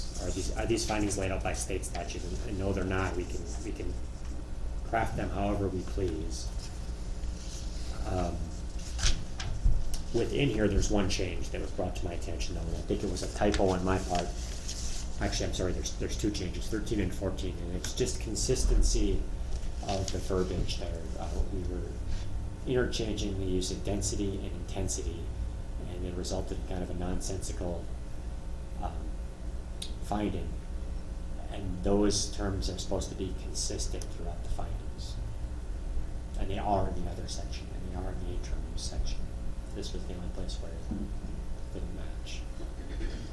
So The you're just change you gonna use made was, density? Well, all when you received your density, packets, density, it said- density? Yeah, this intensity was there, and I'm proposing to change that to density. yeah. And then the same thing here, this was intensity, and I'm proposing to change it to density, and then the opposite in 14.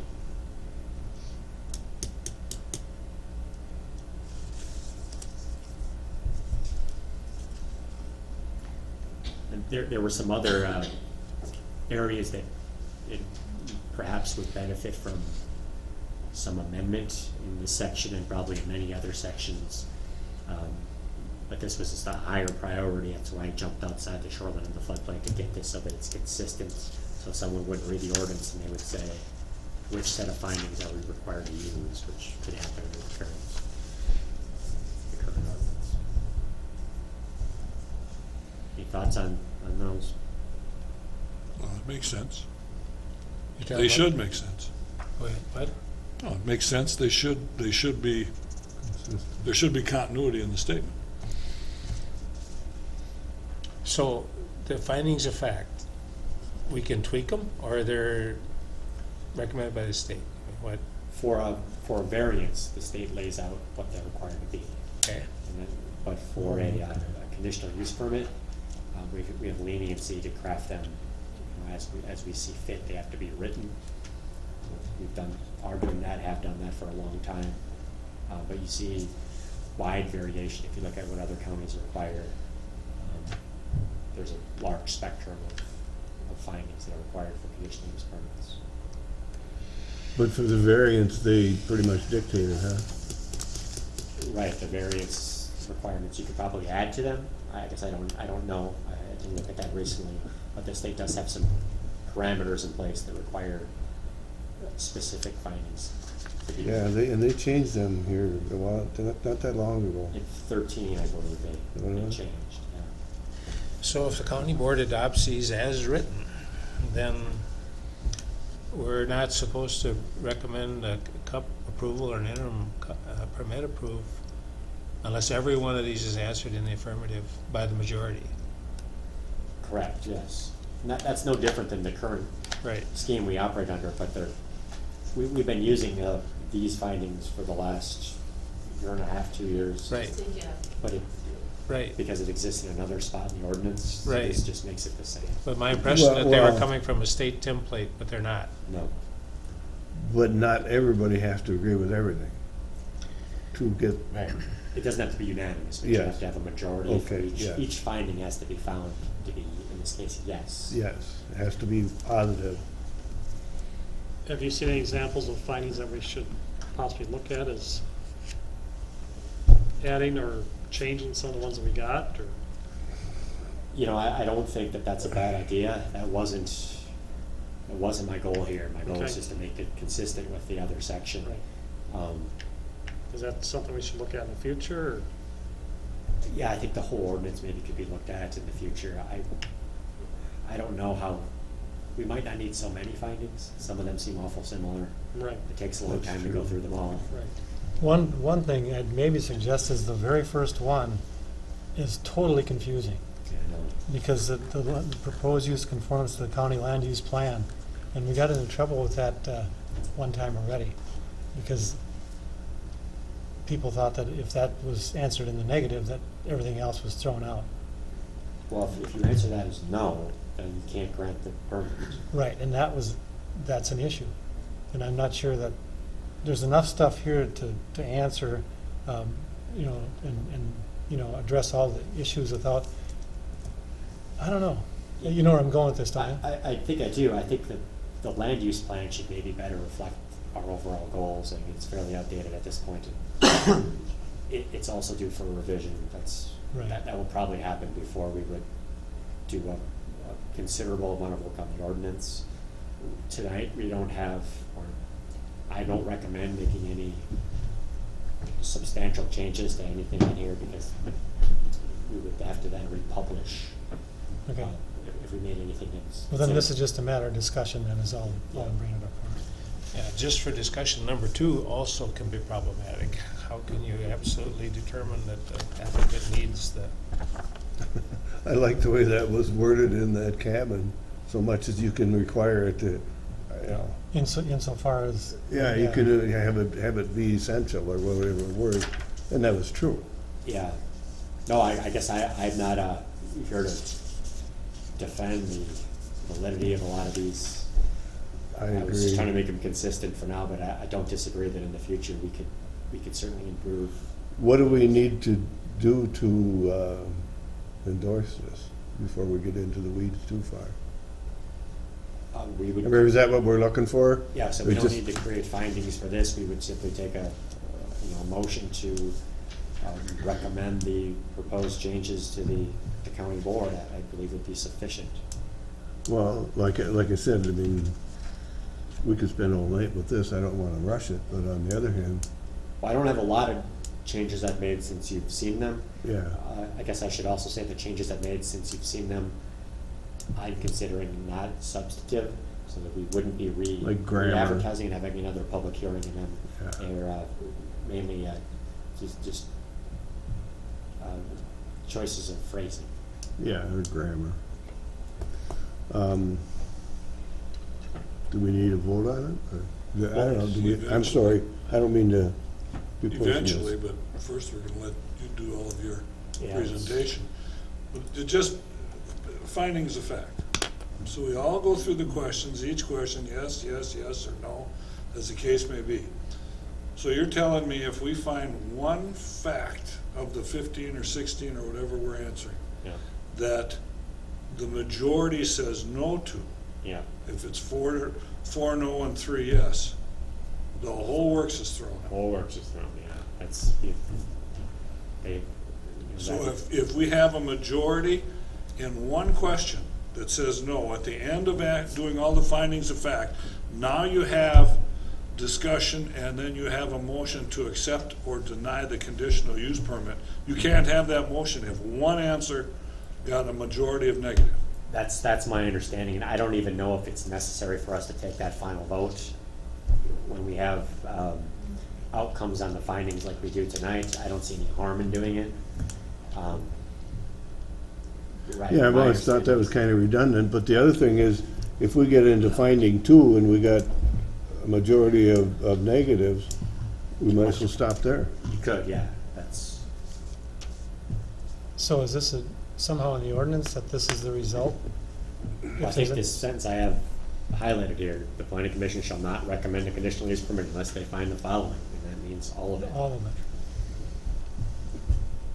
So then the presentation to the county board is that the Planning and Zoning Commission does not recommend this conditional use permit. Right. The county board can, of their own volition, reverse the action of the Planning and Zoning Commission and approve it. And I believe so, but in that instance, they would have to go back in and revisit Their the own findings of fact. Yeah, they couldn't, because typically they just adopt the findings of the planning commission, and it's a fairly brief process. But if they're looking to change the outcome, that there would have to be findings that support that conclusion. Well, I'm sorry, ahead. with that in mind, if the second one is denied, we probably would want to finish the rest of them. Yeah, perhaps, I guess. You know, with the understanding that they may override that second one, then the rest of it should be there as well. I mean, if there's 5 of them that are negative, that's very different than if there's one.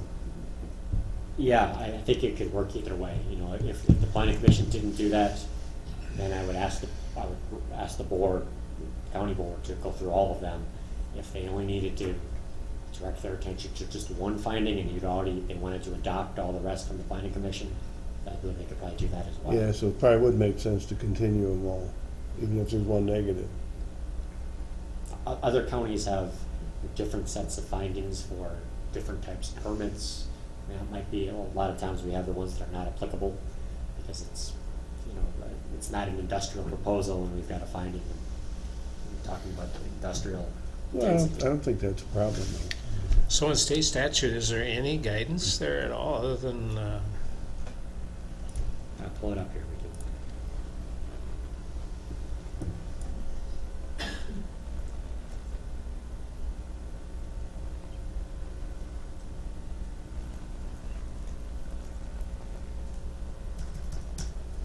We'll see if we can get it without the.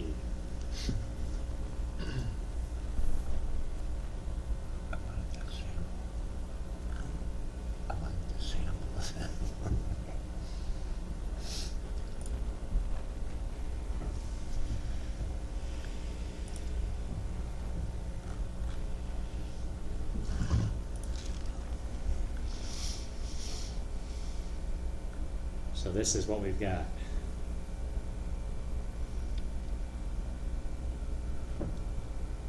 If you can read it from where you are, you're better. Yeah, so. I can't read A a word. certified copy of any conditional permit shall be recorded with the county recorder or regulator of titles. it doesn't actually say anything about findings of fact? It's there, right does it? here. It's Okay. conditional uses may be approved upon a showing by an applicant that standards and criteria stated in the ordinance will be satisfied. Okay, Such standards and criteria shall include both general requirements for all conditional uses insofar as practicable, requirements specific to each designated conditional use. So really, we just have to have them, but they don't tell us what they have to be. Well, and this is more, if I remember right, or whatever, more of an accommodation for our attorney, or for anybody that needs to defend it. I mean, Yes. these findings are what they would use to defend any action against it. Yeah, the very thorough process we are going through Yes. now is a request of the county attorney and It's a recommendation from Mr. Spires. Yeah. Yes, versus we used to look at one page and say, yep, it makes a better record. I think the better Yeah. record you have, footing. And hence you need to have the reason why you're voting yes. Correct. And you got staff analysis, and that's generally the basis, but you have to have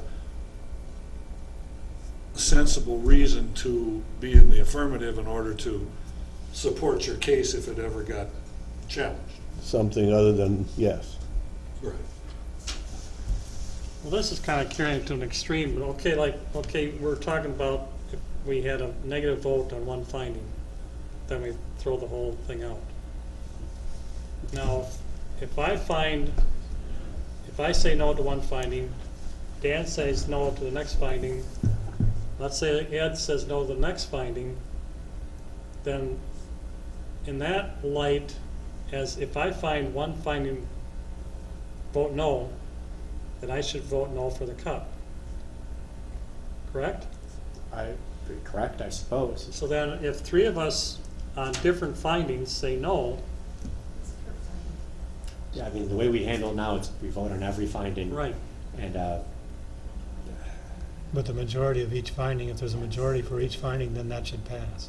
yeah, the Correct. majority for each Doesn't finding. necessarily have to, because he's right. If he doesn't agree with something, he doesn't agree, you don't agree with something, when it comes to the final vote, the three of you, or four people don't like four different findings. Right. They could vote no against, They The could, recommendation. but it's a board decision or a commission decision to accept it. right. So therefore, I think it'd just follow that you would vote to go with it if the group as a whole approved the findings of fact. Right. But I in the mean, end, you But could you be a don't lone have to. ranger all night long, but if you kinda gotta go along with I mean, if you presented your argument and you didn't get the votes, and the commission wants to go forward with it, I don't know why, you could vote no, but I don't know. Right. in In the that end, case, when you vote for the approval or denial of the conditional use permit or the interim use permit, we really should vote by roll rather than just a general vote. It could. Each one votes, because you could say no, you could say no, you could say yes, no, no, yes. It fails, even though all of the questions were answered in the affirmative, but not 100%.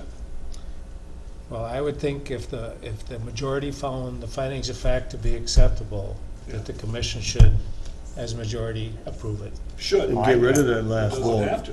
yeah, I'm not sure if we even Well, have I to take that don't- last vote. Yeah, okay, there you go. Yeah. So we don't have to vote to approve the conditional use permit?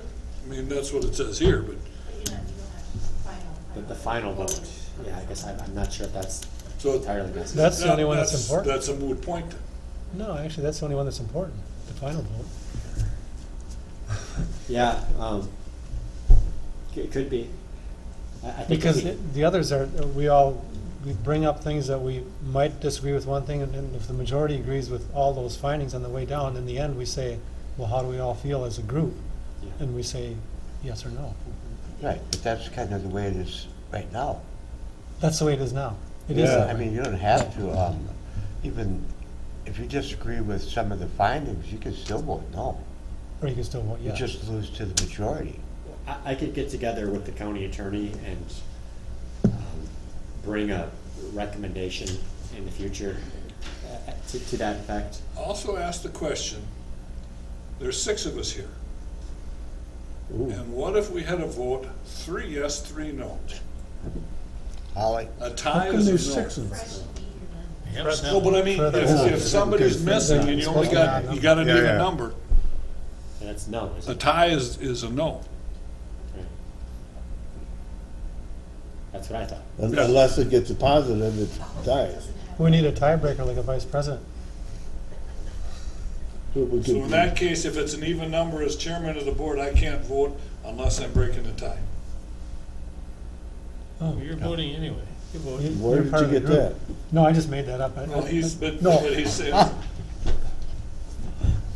but if we have a tie, 3-3, it's technically No. a no.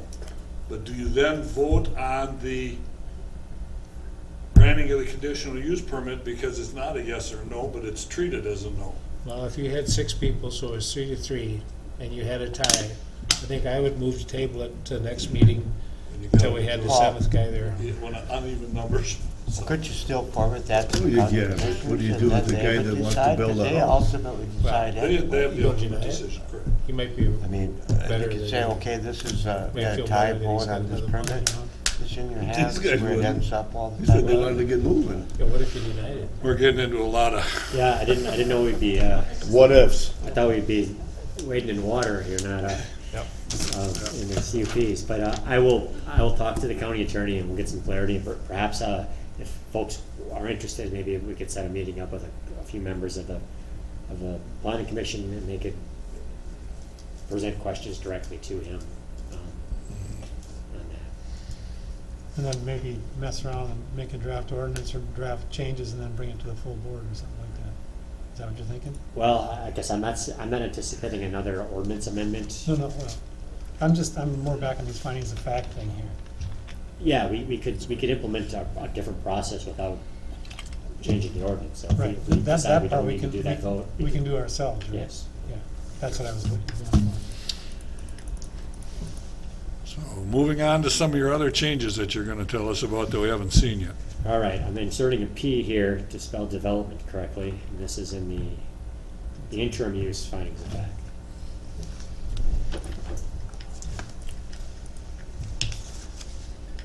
Now we're in the floodplain district. So after your packets went out, I got a second correspondence from the DNR with some changes they had made in their draft ordinance after they had approved our original, the version you saw. So these are those. These are mainly just for ease of use, or ease of reading, I suppose. 21-3, Page 122. 122? I got it, okay. So number 2 would be edited. Industrial and commercial would be stricken, and it would read loading areas, parking areas, then we add streets, trails, airport landing strips, railroads, bridges, culverts, utility transmission lines, and pipelines. These are added as permitted uses in a floodway district. So it's any loading areas, doesn't matter if it's commercial or industrial, agriculture, whatever, it's a loading area. So we can take or leave these. We don't have to go through a review process again with the DNR if we want these. This is what they're now presenting as the draft, the model. But we've already been approved with what we have submitted, so we can also move forward without the changes. Well, I think you should add that. I mean, we've had railroads and bridges and culverts, and we've had all that. Yeah, bridges and culverts are often in floodplains. Yeah, right. Yeah. But I mean, CP Rail was here for a railroad bridge in a floodplain. That was a floodplain area, pretty Yeah. sure. But we required him to get a copy. And we did that recently with a landowner who wanted to replace an old bridge. So if you're saying it's a permitted use, then they don't need to come to get a copy. They would get an administrative permit, but just like a zoning permit is issued without a hearing. You meet the standards that are below here, sub 2. If you meet those standards, the county can issue a permit without a hearing. Do the railroads have to get a permit? No, I'm not sure. Well, we used to do it. We've done it. Twice. they Yeah, do it. They typically do, and there's always a discussion as to whether they need to or not. Yeah. As long as they do, or they're willing to, it seems like sort of a moot point. And they always say that they just are coming in as a courtesy. Well, they don't have to comply with any state or county laws at all. It's federal. Yeah. And the reason they come here is because we are the FEMA administrator. So that's the federal connection for us. That's why they come for a cup. We're not the FEMA administrator, but we're the FEMA applicant. In the county. Well, we administer the wetland program Yeah. as well. That might be it. So when we had CP Rail here, I asked him that very question. He says, we're here because Houston County is the FEMA administrator. That's the federal connection. Otherwise, we don't care about the state or any other county. So I don't know if it's necessary that we actually have them come in. I mean, Below there, number 5, they're striking the second half of that clause. They weren't aware why the hydrologist would need 10 days' notice. And the hydrologist, it's a DNR hydrologist. That's good.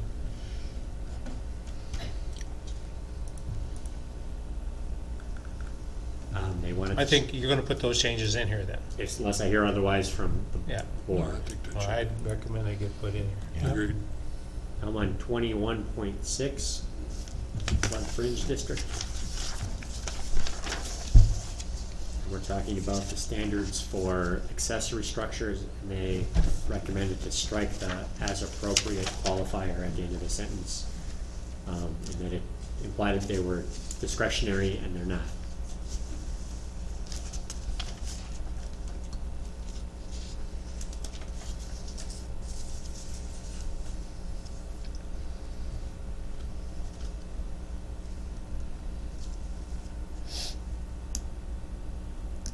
State that again? Is as appropriate. The comment that accompanied this change said that it's being removed because it gave the reader the impression that the A, B, and whatever follows was discretionary, that could be found to be not appropriate.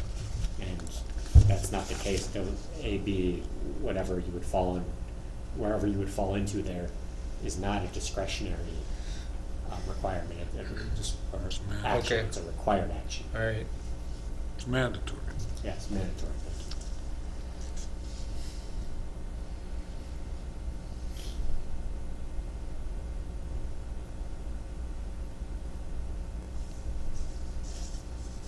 Any thoughts on that? No, I think that's fine. Good. Below here, this was a redundancy, so we're striking not less than 1 square inch for every square foot of enclosed area subject to flooding. Have a net area of not less than 1 square inch for, it was just restated.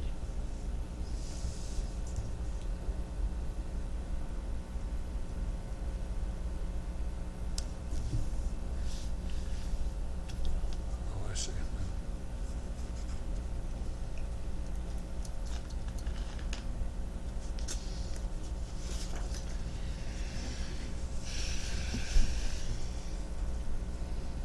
Yeah, thoughts on, Eliminating duplication is yeah, good. it's, and I think that's it. So that's, Excuse me. Bless you. those are all the changes that I'm presenting since your packets have gone.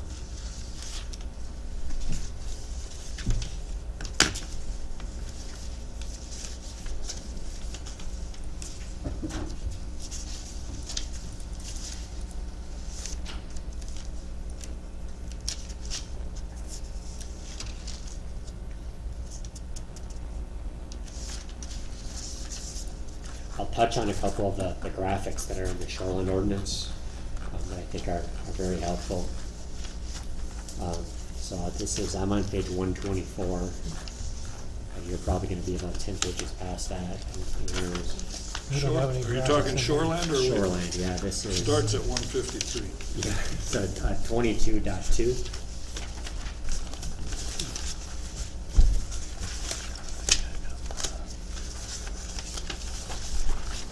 Page 156, And I'm looking at the height of the building graphic, 156. which is not a critical, I guess these are, often the shoreline rules are drafted with lake properties in mind. So height of building is not something we struggle with along creeks, but it's a good example of the kind of graphics that they've included in the new model, and make it a lot easier to understand those concepts by looking at the picture rather than trying to read that without the verbiage. See if we can find one that has something we would be not with. Again, that's primarily lake properties. Shore impact zone, that's a decent graphic. So the shore impact zone is half of the structure setback, and it shows it graphically. Along a tributary stream, it's 100 feet, so our shore impact zone is 50 feet from the ordinary high water level, which is the bank.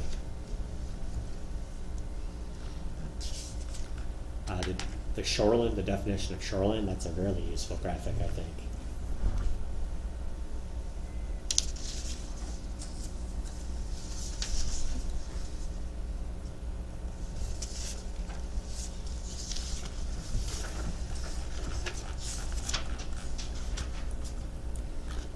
I thought there was a bluff in here too, but it's.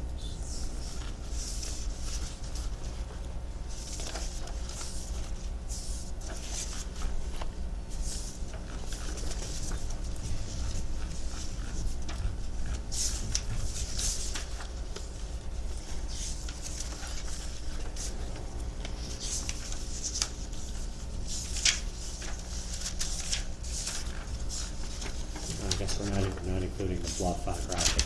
There was a bluff graphic at one point that was useful, but I guess not useful enough for me to bring forward. Any questions on the shoreline?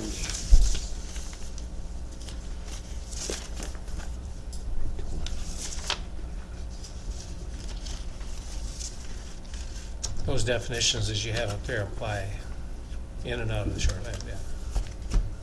Yeah, so we have definitions at the beginning of both Yeah. of these sections Yeah. that apply Yeah. throughout the section. We also have this same definition is codified in the beginning of the ordinance. Yeah.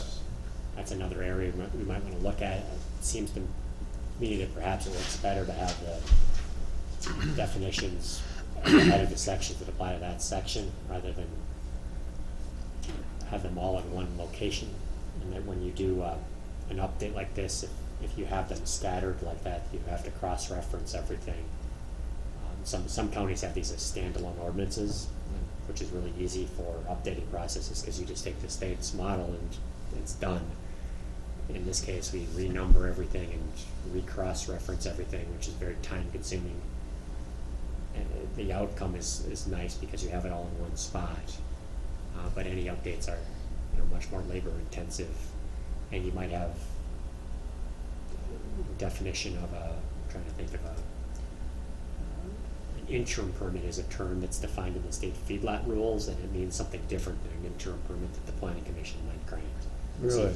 So you have definitions that don't carry over to all the sections nicely. So what, do they have a main one plus supplements? That's what we currently have. About half of our sections have the first section of it defines all the terms that are used in there. Unique to that section? Yeah. Well, what are you gonna do? I think it's a work in progress, and we'll slowly tweak it around the edges and as time allows until. Well, and that's what really, I found makes it confusing, because you look at feedlot and you say, wow, I know what it means now. Oh, but down here it changes. Yeah.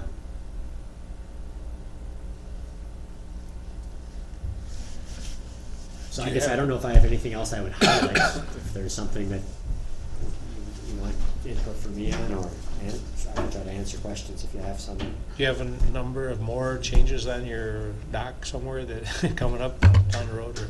Well, the tentative plan would be to address the comprehensive plan over the winter. And that's the document that's supposed to guide the more specific rules that are in this document. So I would be inclined to hold off on any larger, or any further amendments until that's done. And then maybe it would be time to look at a more comprehensive rewrite or amendment of this. It might change the organizational structure and it'd be more holistic. It would be a couple sections at a time like we've been doing.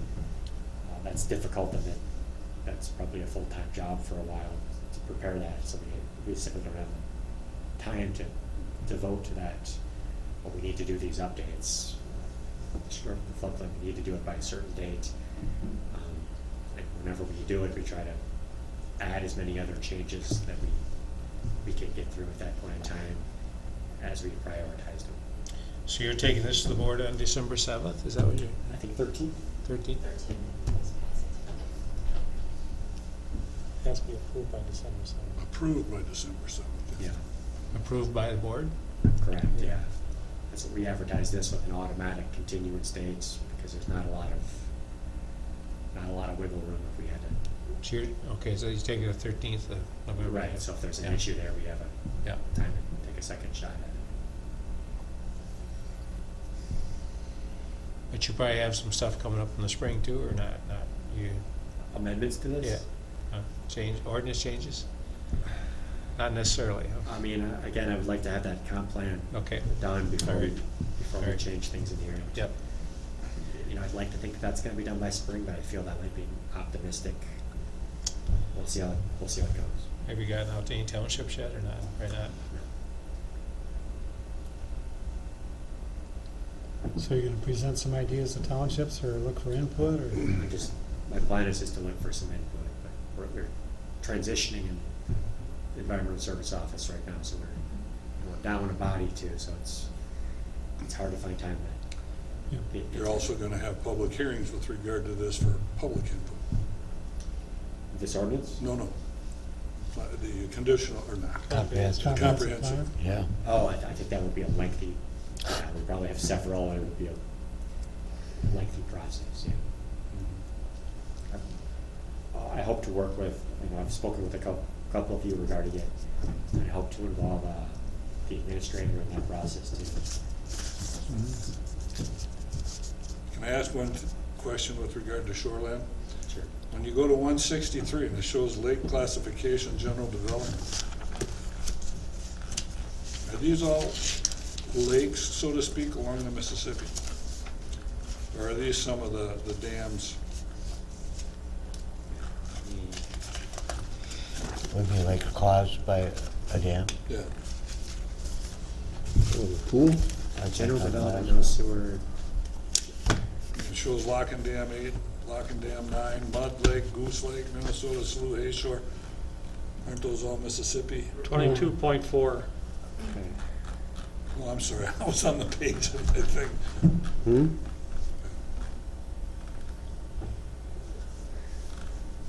But is that where they get the shoreland? These are all shorelands along the Mississippi then? Keep going.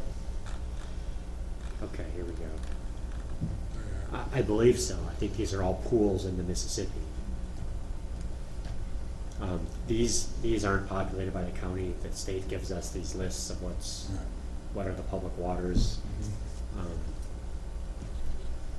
Yeah, in my tenure here, I haven't dealt with any permitting having anything to do with a lake. It's all, for the most part, the tributary area. And all of these are within the Mississippi. I mean, that wouldn't be us anyways. Wouldn't that be the core? Yeah, it would be us too, I think. It would probably be a multiple permit scenario. Yeah, the Crescent Township has some property on the Mississippi. Yeah. Does the township or the core supersede? Sure. I mean, who's got, I suppose what it is, depends on what it is. You know, if you want a permit to build a shack, house, then I would think it would be, well, be the county now. yeah. Nobody in the board has ever seen that property. Not a sight that I might. Any other questions or issues with regard to the changes?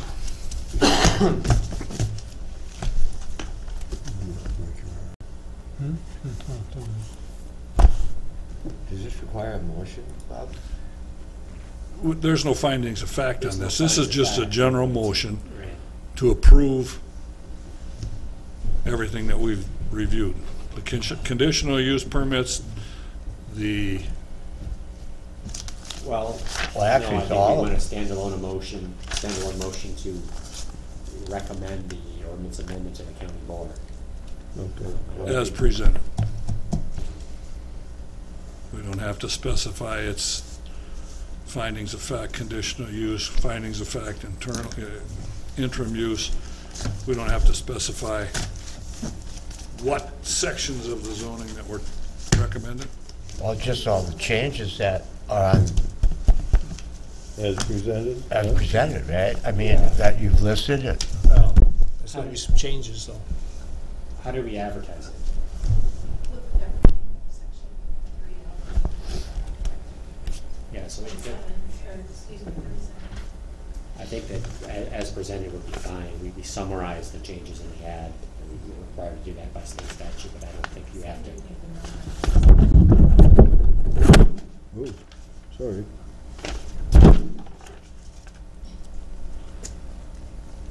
Well, I move that we recommend that the changes to the ordinance as presented, that would also include the changes that the DNR or whoever's, they also be incorporated, so the latest changes be all incorporated. I move that those changes be, that we recommend those changes to the ordinance be adopted. Second.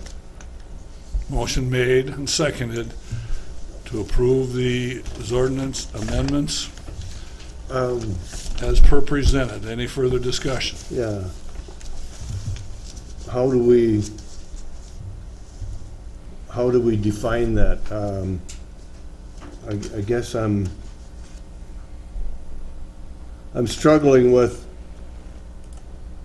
I trust Aaron to take there what we did, but is there any way we can, as presented in our agenda? You want to read, should we read each section Pardon me? into the motion? It's a public hearing. Right, but you're talking about the changes that we made tonight, those Yeah. small tweaks. Well, them and, I don't know, it just seems if you're taking something there, you should have some documentation that says this is what it is. What Versus changes? whatever, versus, I mean, Aaron could take whatever he wants there and say, here's the changes they made. What changes did we make other than? Well, it changes in grammar. Change verbiage in the first time. Right. Yeah, well, typically Fred would have to keep me honest here, but I suppose we don't have a county board member there. Yeah, I'm struggling with, it seems like there should be something. What I will present to them, I think, is a track changes document like you all got in your packets, but it will be of the changes, showing the changes that were made during this hearing. So it will show intensity crossed out and density in there. I And I'll don't say, I don't think they care about that. well, that would prevent me from being able to change any language that Is that what you haven't can, approved. talking about? That they see what we just saw? Yeah. Okay, so they're gonna get this whole packet. Right, they'll get that whole packet, Okay, that whole all right, packet's on the all right, website. that's what I'm And they'll also looking for. get- They're gonna get this same packet we did, and that's what they're gonna say, here it is, and then you're gonna say, I made some minor changes. Actually, We'll do the same thing likely that Okay. I've done here tonight, All we'll right. go through All those right. changes. but Aaron, they'll get the same packet that we did, plus there's a couple of minor changes for the DNR or. Yeah, Yeah, okay. in some way, they're not all gonna get a whole nother ordinance with those few changes in it. We might do what I'm doing here today, so Okay. we can see them. Yeah, I'm good. Yeah, fine, good, I'm good to go. But as a point of order, we are actually in a public hearing. We can't take motions in seconds and pass it. We gotta close the public hearing and reconvene the regular meeting to do a motion, Okay, right? Yes. okay. So, you okay to rescind your second and your motion? Then we'll entertain a motion to close the public hearing and reconvene the regular meeting of the Houston County Planning and Zoning Commission. I will make that motion. Second. Motion made and seconded. Further discussion? Hearing none. All those in favor signify by saying aye. Aye. Those opposed, same sign. Motion carries. So now we're back in regular session. Now we can entertain a motion with regard to the zoning changes. Okay, I move we recommend the county board adopt these ordinance changes as presented. I'll second it. Motion made and seconded. Further discussion? Hearing none. All those in favor signify, should this be by roll, Aaron, or can we just do it as a mass? I think you could do it as a mass if Okay. there's not a nay. All those in, Master Mass. as a group. All those in favor signify by saying aye. Aye. Those opposed, same sign. Motion carries. Moving on with the business at hand. A review of the permits.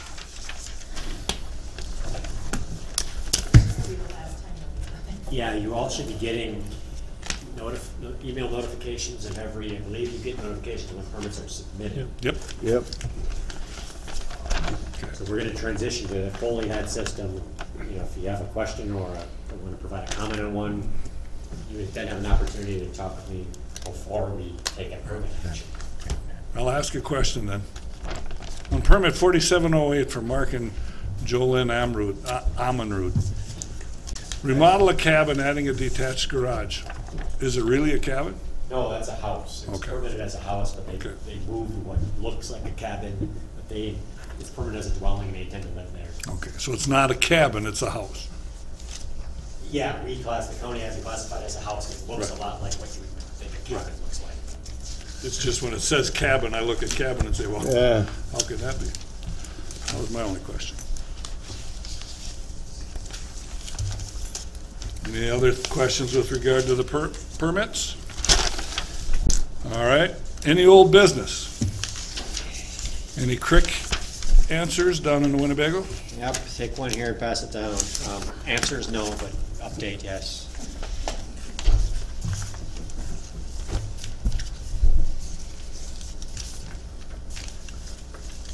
So what you're getting is a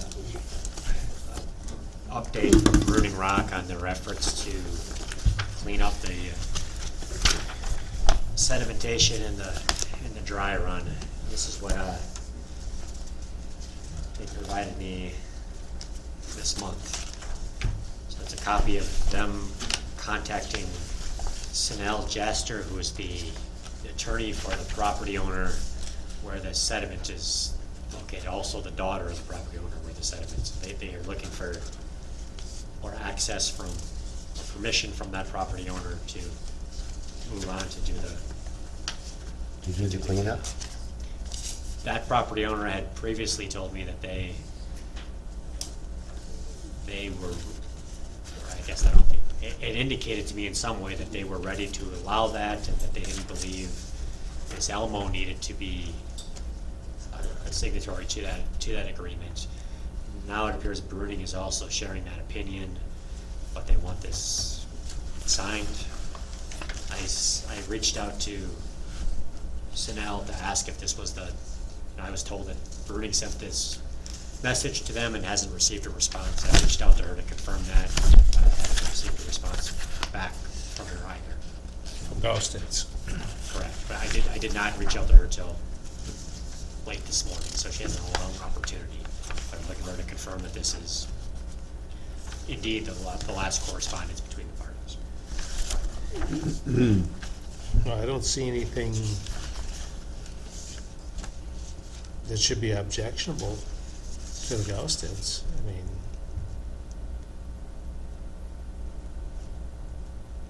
So there's no sunset clause on the requirement that they clean that up. So one option would be to continue to let this run its course.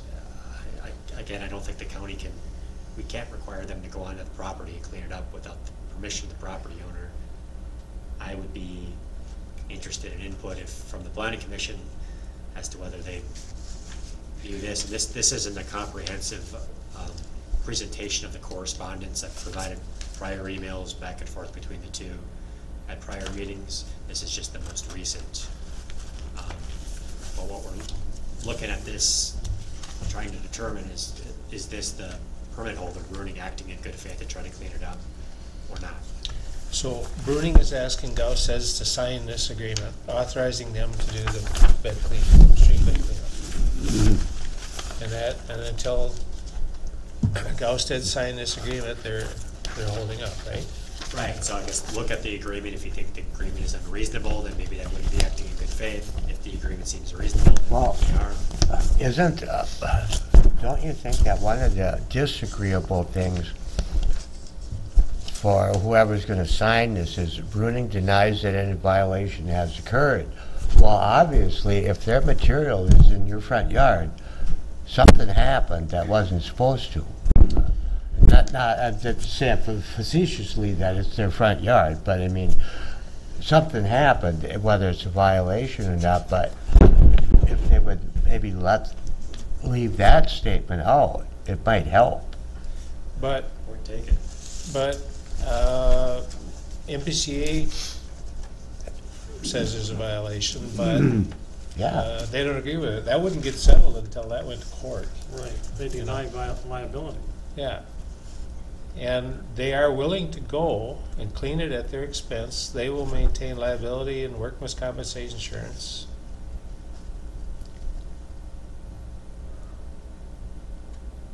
who are they denying the violation to, the MPCA or to the property Well, owners? The MPCA made the charge. They're denying that that's a legitimate charge. They're denying it to the MPCA.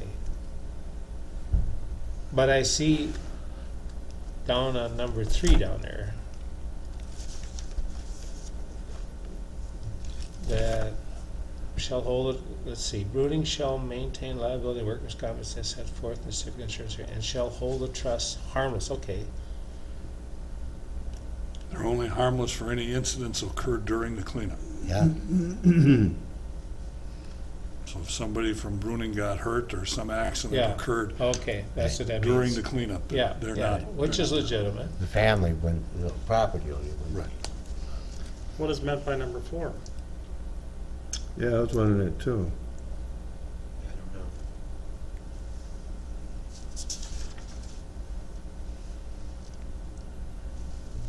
It's a shame, because I thought the whole point of this was to get that sediment off their property. Yeah.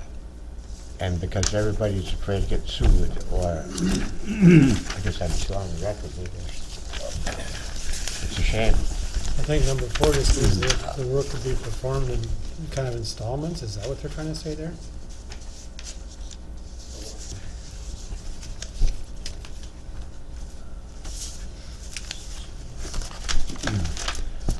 That's a confusing. Yeah, for me, it's, I don't know what it is, so it's scary. Right, there's probably a simple explanation for number 4. We just don't know what it is. I Probably suspect it legally- means that all the parties don't have to have a wet signature on one piece of paper. Oh, there we go. Oh, Bernie okay, can sign this one and they can. Oh, That- okay, That makes sense. yeah.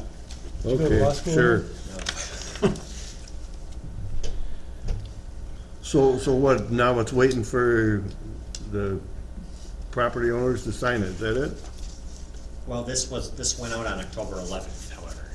And Ghost has never responded.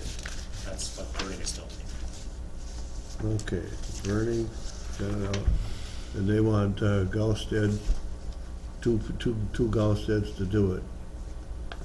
Then this went out when? October 11th. 11th. Yeah, the email you're seeing there on the top, that's not to me, I'm just copying it. That's written to the Ghost. So the Gulfsteds haven't responded, is that what you're saying? That's what Bernie is indicating. Yeah. So this Jaster is a lawyer for Gausteds. Their lawyer and also their daughter. Oh, okay. But the daughter's not responded, the Gausteds have not responded, nobody's responded. When, right, they presented this as the last communication between the two parties. So it's the MPCA, even though they sent out the notice of violation, they haven't participated in, I believe their preference when we were communicating with them during the permitting process, their preference is for it to be cleaned up somehow with an agreement between the private parties. So what's Galstead waiting on? doesn't matter. Well, we don't need to determine what Gauss is. No. I guess what we need to determine is, do we feel that Bruning is acting in good faith to clean this up or not? I do, yeah. I feel that they're acting in good faith. If they sent this out on the 11th of October and Gauss has never responded, what more can they do? I know they can't go on their property without their permission. They already did. And I don't see anything objectionable in this agreement. I I mean, don't either. I don't either, but I mean,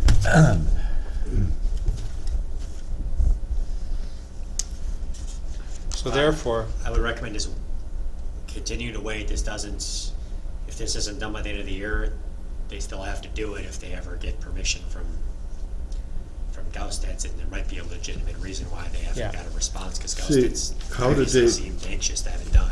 I hate to dump this in, but do you think it would help at all if you corresponded, you know, with the Gausteds and saying, this is where this stands, kind of in your court? The county would like to see it resolved. Yeah, well, I mean, I did reach out, probably too late to provide much useful information at this hearing, but to their attorney to just confirm that this Okay. is indeed the last correspondence. Yeah, I think I had to limit my involvement to the condition. Okay. I It's agree with two that. private Yeah. parties, and my job is to determine whether they are working in good faith to try to clean it up. you Okay. are not the arbitrator. Right. No. Yeah. Did they send this registered mail? I think this was just an email they sent. If you look at the front page, it's It's just certainly an from email. Rob Fadness to Sanel Jaster, copied me. Well, like I said, I would suggest they send a registered letter. Okay, I mean, that's, So it's signed foot and it was Yes. evidence that it was actually Yes. sent? Yeah, especially, even just a regular letter, but email, Right. people can, Oh, yeah, right. Yep. Well, Mrs. Gausted is unhappy because of the issues that she has when it overflows its banks and comes down to her property. You mean, From my perspective, when looking at it, they don't have to go onto her property to do the Elmo. you're cleanup. talking about Audrey Elmo. Yeah, the last piece of the plan too, they haven't determined where the material would be moved to, so I asked Bruning to identify what is gonna happen with material when you take it out of there. And if there are a lot of floodplain areas there, we don't want to put someplace where it's gonna be washed somewhere else. oh yeah, what are they gonna do with the stuff? Yeah. What they said, 700 feet long? 1 to 3 feet deep, is that what it was? Something like that, yeah. 10 to 15 feet wide. It's gonna be a bunch of it. It can be fill material for the reclamation of the old quarry. I mean, There you go. That probably will be what happens. Wait long enough. but is that the distance? Is that the area that's in question? Just what they've shown in the red outline? Yeah, but that area is based off of when the MPCA came down.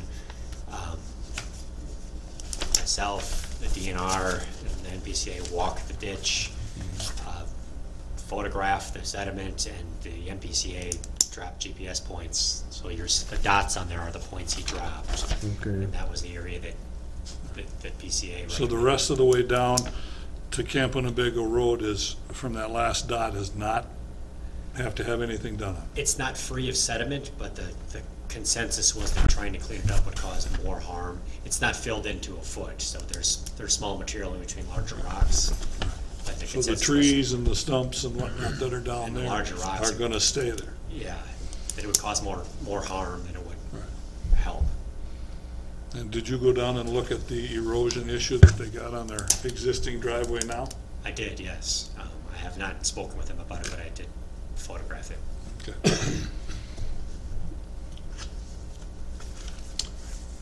Have you seen? Well, I think going forward, if they have some receipt that was actually presented to Jaster or the Gausteds, don't you think? Do you think? I mean, if they, Out there, but I don't know what else they can do. yeah, right. I mean, I think they're acting in good faith. They might just be helpful if they did have a signature that it was received. I mean, I can't imagine it's not if they emailed it to her, if they have her email Yeah, address. that's true, but But, In prior correspondences that they've submitted to the county, it shows, emails back and forth. well, that should establish a pattern then.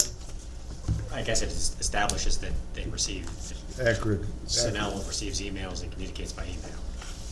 Okay, well, if there's a track record, I'll communicate that, so what we're looking for then is, I'll suggest a certified letter, I'll question whether the language, what purpose the language in there that states that they're not, the burning denies any violation has occurred. I'll ask, why does that have to be there? What purpose does that serve? I suspect that's their lawyer. I suspect you're right, but I guess I'll pose the question, and then I'll get a confirmation on that number 4. What does that mean? And I hope that next month when I'm updating you, it will have been cleaned up already.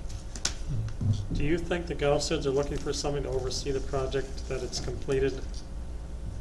So all the materials removed? If they are, they haven't communicated that. Okay. Have you actually seen the MPCA's notice of violation? Yeah. How Yeah. it was worded? What did it say? Notice why, You know, I could provide that to you all by email. I haven't Yeah. looked at it for Yeah. a while. we saw that, didn't we, during Yeah, the, it was part of the hearing. during the permit, yeah. Yeah.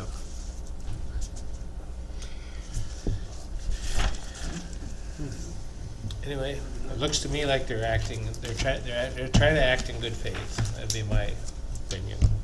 Too bad the MPCA wouldn't take responsibility to follow up on it because they issued the violation. In a way, it should be their deal to figure out if it's compliant when it's done, is the way I look at it. Yeah, I guess it depends on what you want to look at. If the goal is to get it cleaned up, then this might be a good strategy. And then this might be the likelihood of it being cleaned up might be greater through these means rather than the MPCA Okay. going to court with somebody. Well, Yeah, and I wasn't going that far, but it seems like somehow they should be responsible for what they said was wrong. Yeah. and I it- would and after assume it's that they're done, gonna come and review the cleanup to Yeah. make sure it meets their criteria. that's what I was gonna say, they should have some finished up to say, yep, Ghosted did what they're gonna do, and, And also to say they're done. yeah, just that. That's it. That's- Okay. Okay. Oh, next meeting. Another cabin. This will be the first conditional use permit application that's come in through the online. We've rolled out the online permitting for CUPs, IUPs, and variances now. December 13th.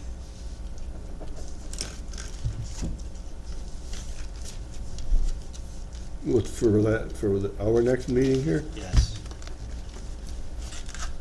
Is that a Sec- date that works for at least 4 of? What time? That's a Thursday? You know, unless It's there's at a. your discretion. Yeah, I've Thumbs been up by trying. then, Are we doing variances that night too? This is the first 6 o'clock we had don't have ever, it. isn't it? Doing the variance on 7th, Okay, so it would be probably 6 o'clock unless. or this, I'm sorry, this is December. You can't get through both boards anymore. You can't do board adjustment and planning commission. Yeah, we'd be there. We have Well- variance hearings next week. We'd be- What's that? We've split the. If we Board of started a Adjustment. variance, the Board of Adjustment meeting right now, it would be another 3 hours probably. So it seems like they're just getting. Let me know if the 13th won't work. I need at least four folks for it to work for. So there's none in November. This is This November. is November. Oh, Just as of yeah. Sorry. Didn't We go moved this one trick-or-treating around in last order to be sure we had time for the floodplain ordinance. Huh? We moved this one to be sure we had Yeah. the December 7th deadline. Yeah. So are we moving the meetings to 6 PM now? Is that the deal? Because I missed that and I apologize. Yeah, I guess if somebody has an issue with that, let me know. Dairy farmers? Actually, I'm gonna sell the cows. So, yeah, I guess I can't use that excuse anymore. December should be easier for everything. It's difficult in the spring, summer, fall. Okay, It's better at 7. okay. But the winter months should be fine. All right, well, we'll keep it early then. The reason I do it is because I Yeah. don't go home, so Yeah. it's better Yeah. for me. But we Not can, only that, we're running half-hour time slots now too. So say we had 4 meetings, one Right. Huh? gets to be long. It makes sense whenever it works, I guess, yeah. yeah, if it works for folks, I don't want to be here later than I need to be. I Yep. don't think anyone does. And since we don't want to be here later, We'd entertain a motion. I will make a adjourn. motion that we adjourn. I'll second that. Motion made and seconded. Further discussion? Anybody? Hearing none, all those in favor signify by saying aye. Aye. Those opposed, same sign. Motion carries. Thank you.